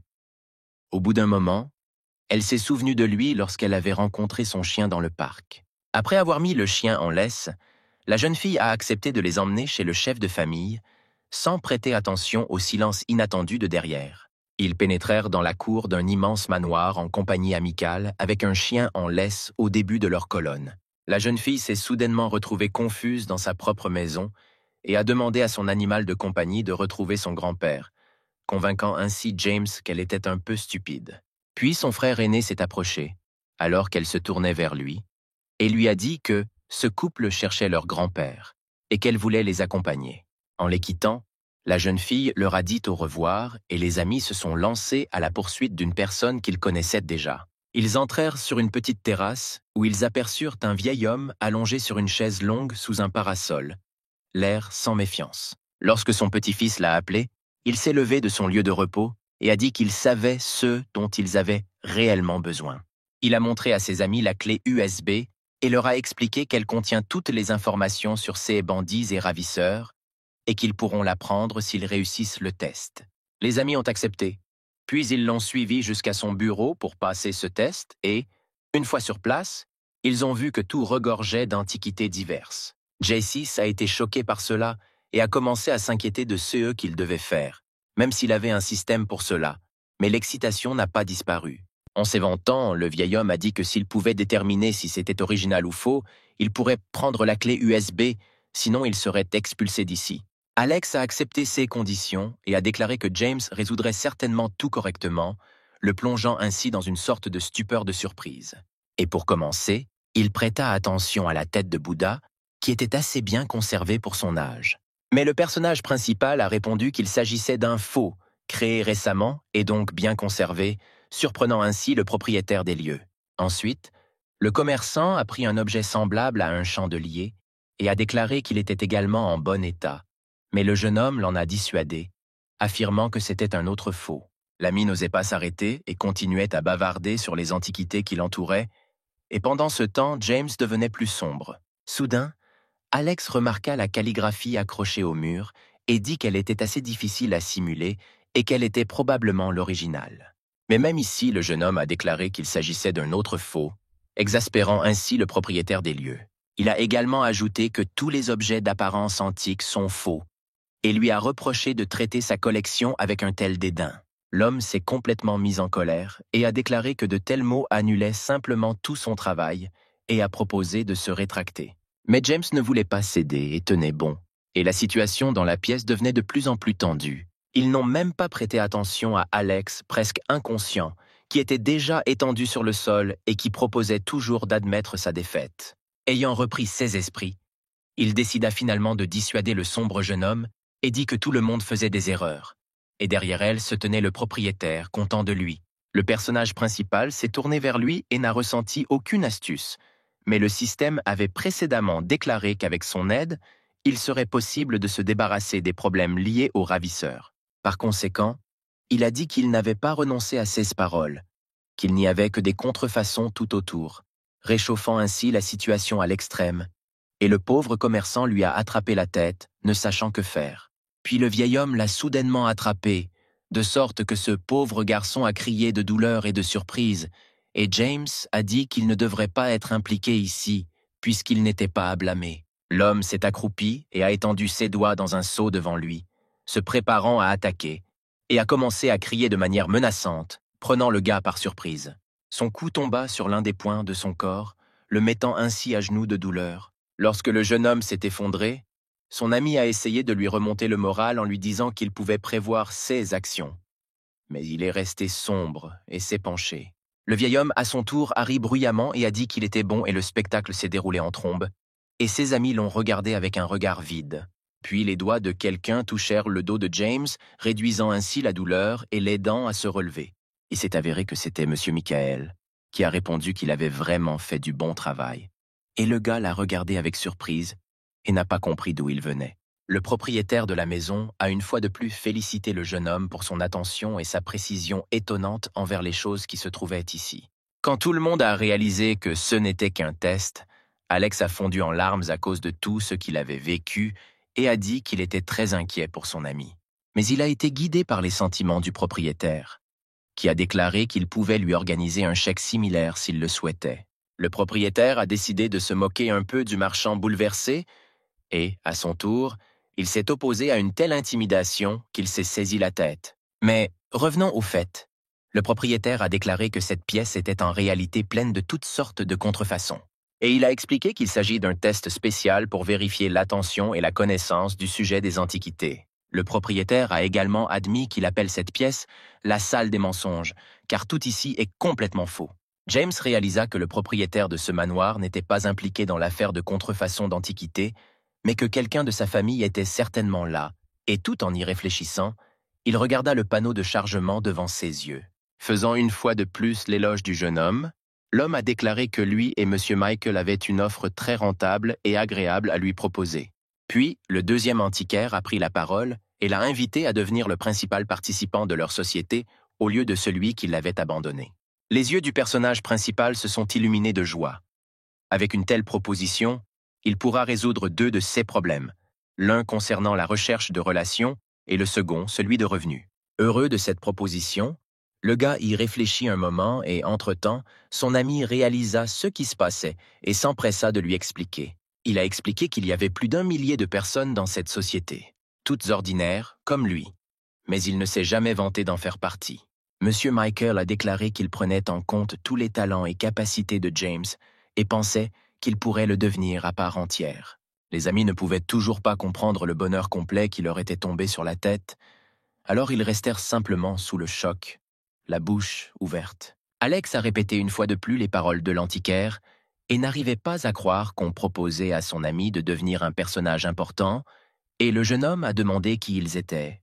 Puis il a expliqué que 16 personnes sont peu nombreuses, environ 17 personnes, et quels sont les dirigeants de cette société.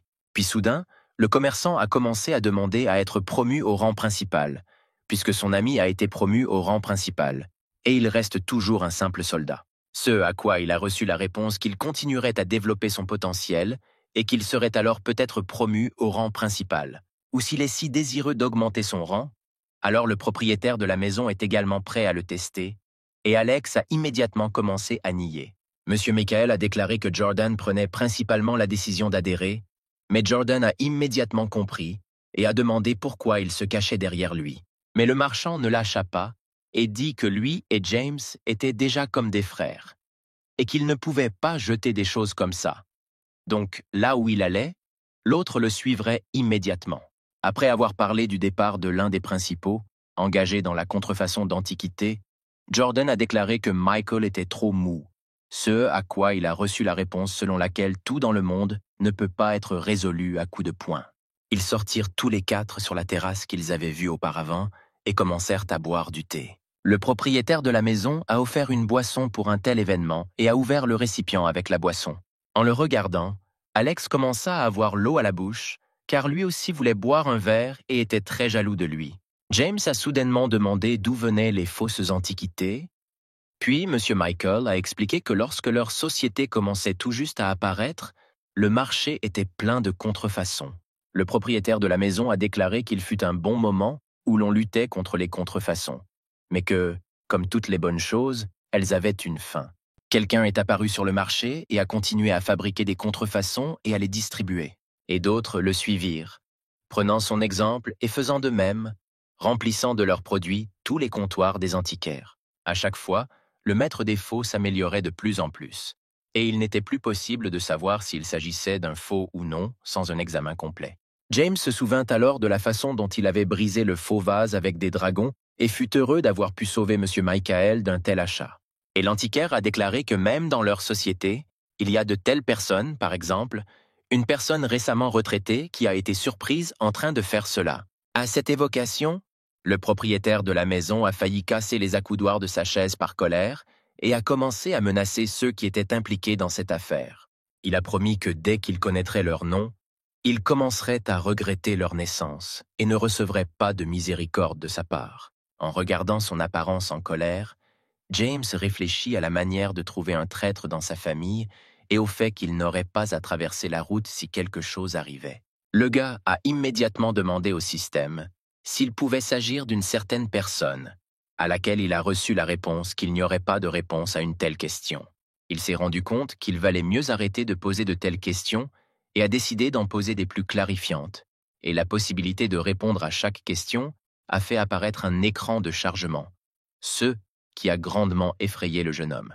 Par conséquent, la repoussant, il revint à la conversation tout en réfléchissant à qui cela pourrait être. Le propriétaire de la maison a déclaré qu'en devenant un membre essentiel de la société, il mettrait automatiquement sa vie en danger et que la décision finale lui appartiendrait donc seul. James, après avoir écouté cela, pensait qu'il n'était plus dans les meilleurs termes avec les bandits. Mais malgré cela, il ne voulait pas que cela continue. Et en plus, il avait un système pour l'aider.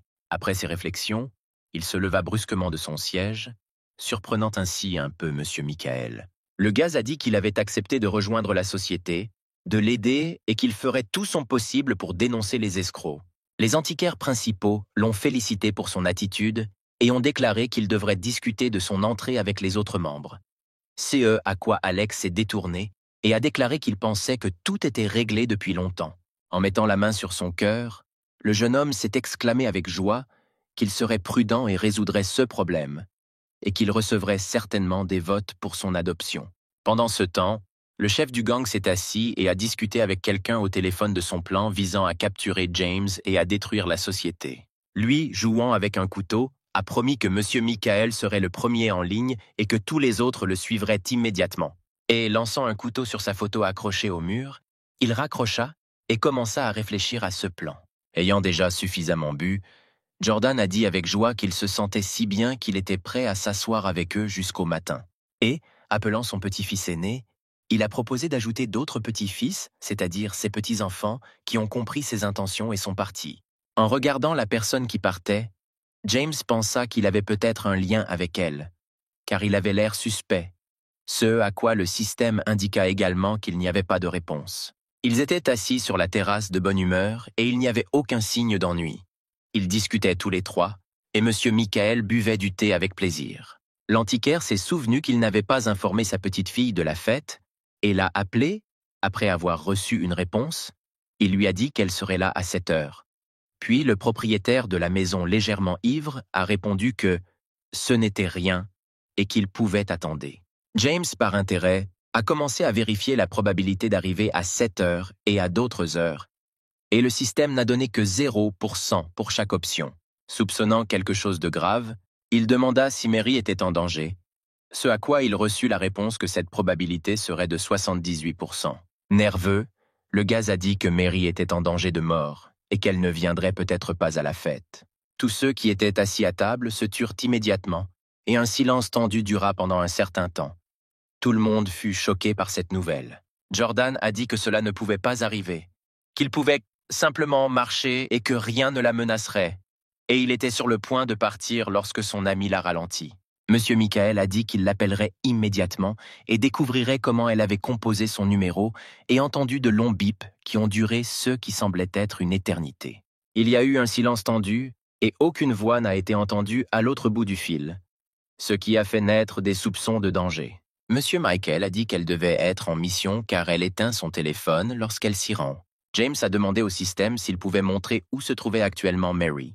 C'est eux, à quoi il a reçu un panneau de chargement. Et l'insatisfait a commencé à attendre. Pendant ce temps, le propriétaire de la maison était furieux, sachant que la petite fille de son ami était en danger, et lui reprochait de s'asseoir si calmement et de se frotter le nez. Puis il a composé le numéro de quelqu'un et a attendu. Et non seulement l'attention, mais aussi l'anxiété ont volé dans l'air, mais personne n'a répondu, même lui. Monsieur Michael s'est levé et a dit qu'il irait chercher quelque chose et qu'il les laisserait s'asseoir ici pour l'instant, afin que rien ne se passe.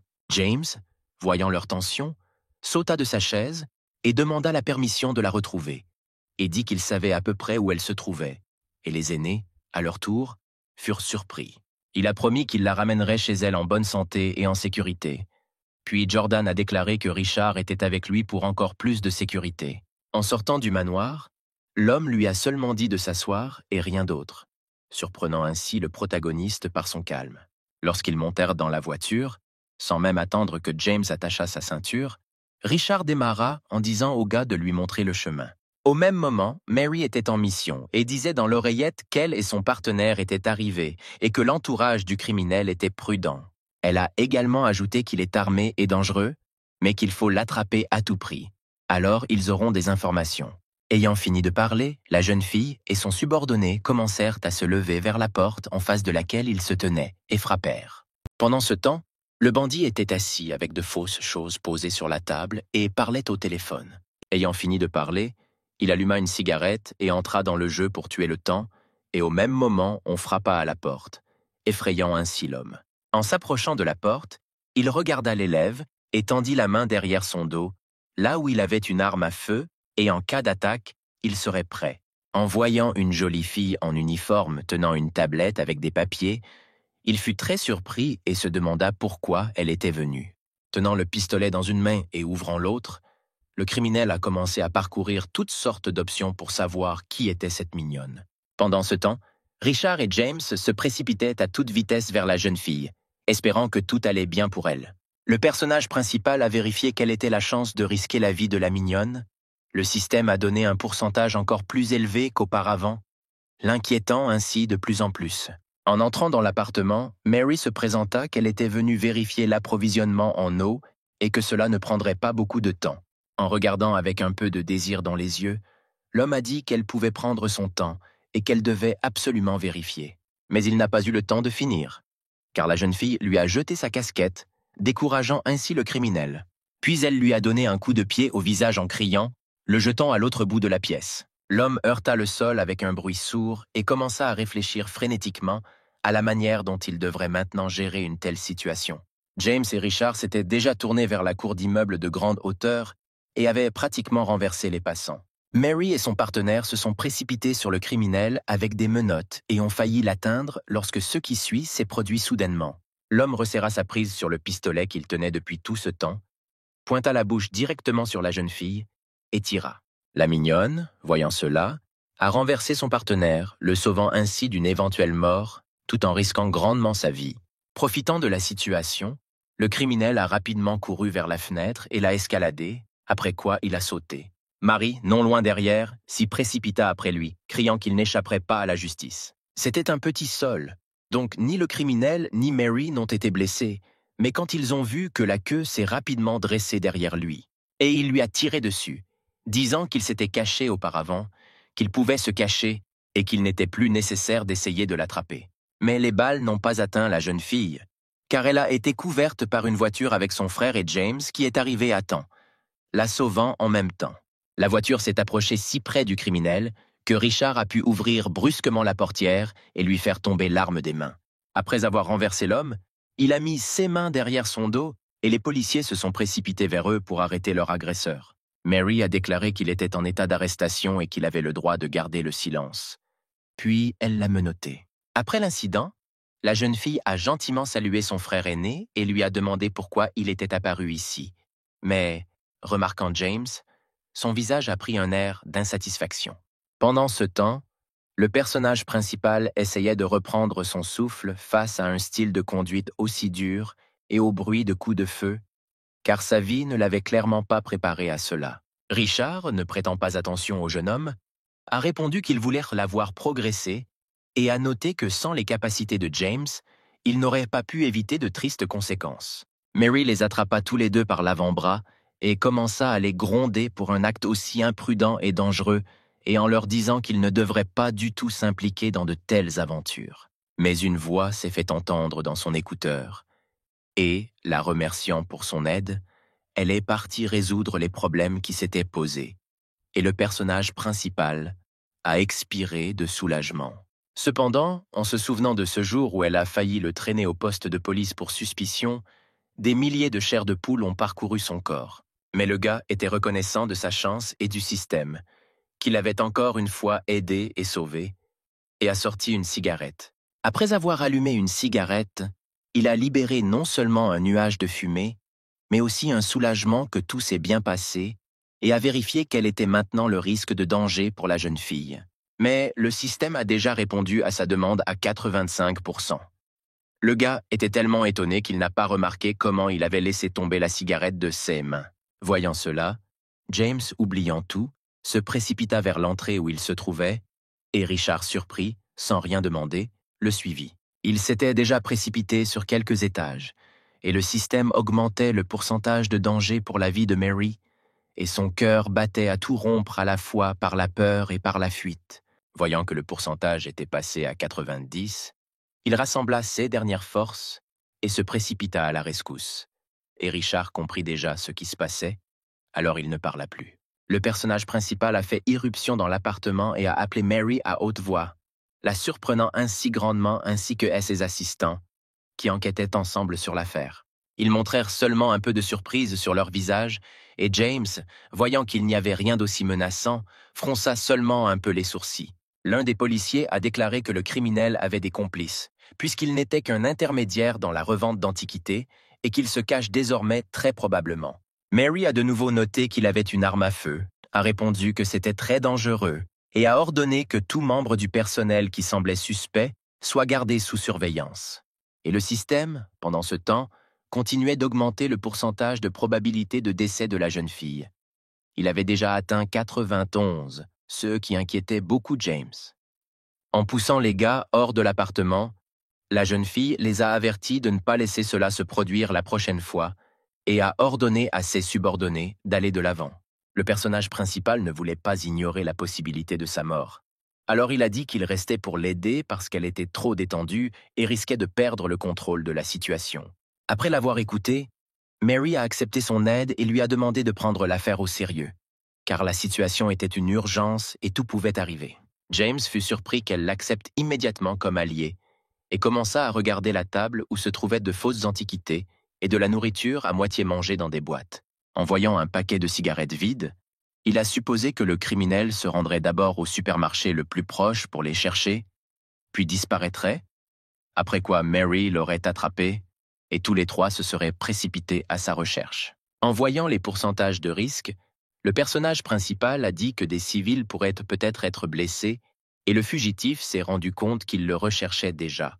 Ils ont volé hors de l'entrée et Mary a reçu un message sur son écouteur indiquant qu'il avait été retrouvé et a confirmé les paroles du jeune homme concernant une évasion probable. Une fois arrivée à la voiture, la jeune fille a déclaré que, puisque des victimes étaient probables, il protégerait les civils. Quand tout le monde fut assis, la mignonne attacha rapidement sa ceinture et appuya sur la pédale d'accélérateur, sans attendre que les autres le fassent, et ils décollèrent. En raison de la vitesse élevée développée par la voiture, lors des virages, James s'est pendu comme de la gelée et s'est cogné le visage contre la vitre. Toute la campagne a atteint le bâtiment en construction et est entrée sur son territoire sans hésitation, car chaque minute était importante. Après s'être arrêté, l'estomac du protagoniste n'a pas pu résister à de telles aventures. Il a expulsé tous ceux que son propriétaire avait mangés auparavant. Après s'être assuré qu'il n'était plus en danger, Richard lui a demandé de rester ici, et il s'est lui-même lancé à la poursuite de sa sœur. Le système montrait qu'il n'y avait désormais aucune menace pour la vie de Mary et qu'elle était nulle. Le jeune homme, expirant, décida d'allumer une cigarette pour calmer ses nerfs. Avant qu'il ait pu sortir le briquet, quelque chose lui est venu à la tête, et quand il s'est retourné pour regarder d'où cela venait, le gars a vu un garçon avec un ours en peluche, étant ainsi surpris qu'il soit là. Pendant ce temps, je vais transférer, j'ai sauté par-dessus la clôture et j'ai couru vers le chantier de construction, et James a essayé de l'arrêter avec ses cris qui n'ont eu aucun effet.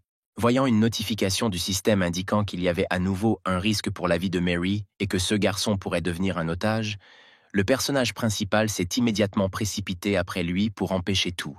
Le garçon cessa soudain de rire et s'enfuit, car un homme énorme, comparé à lui, armé d'un pistolet, se tenait sur son chemin.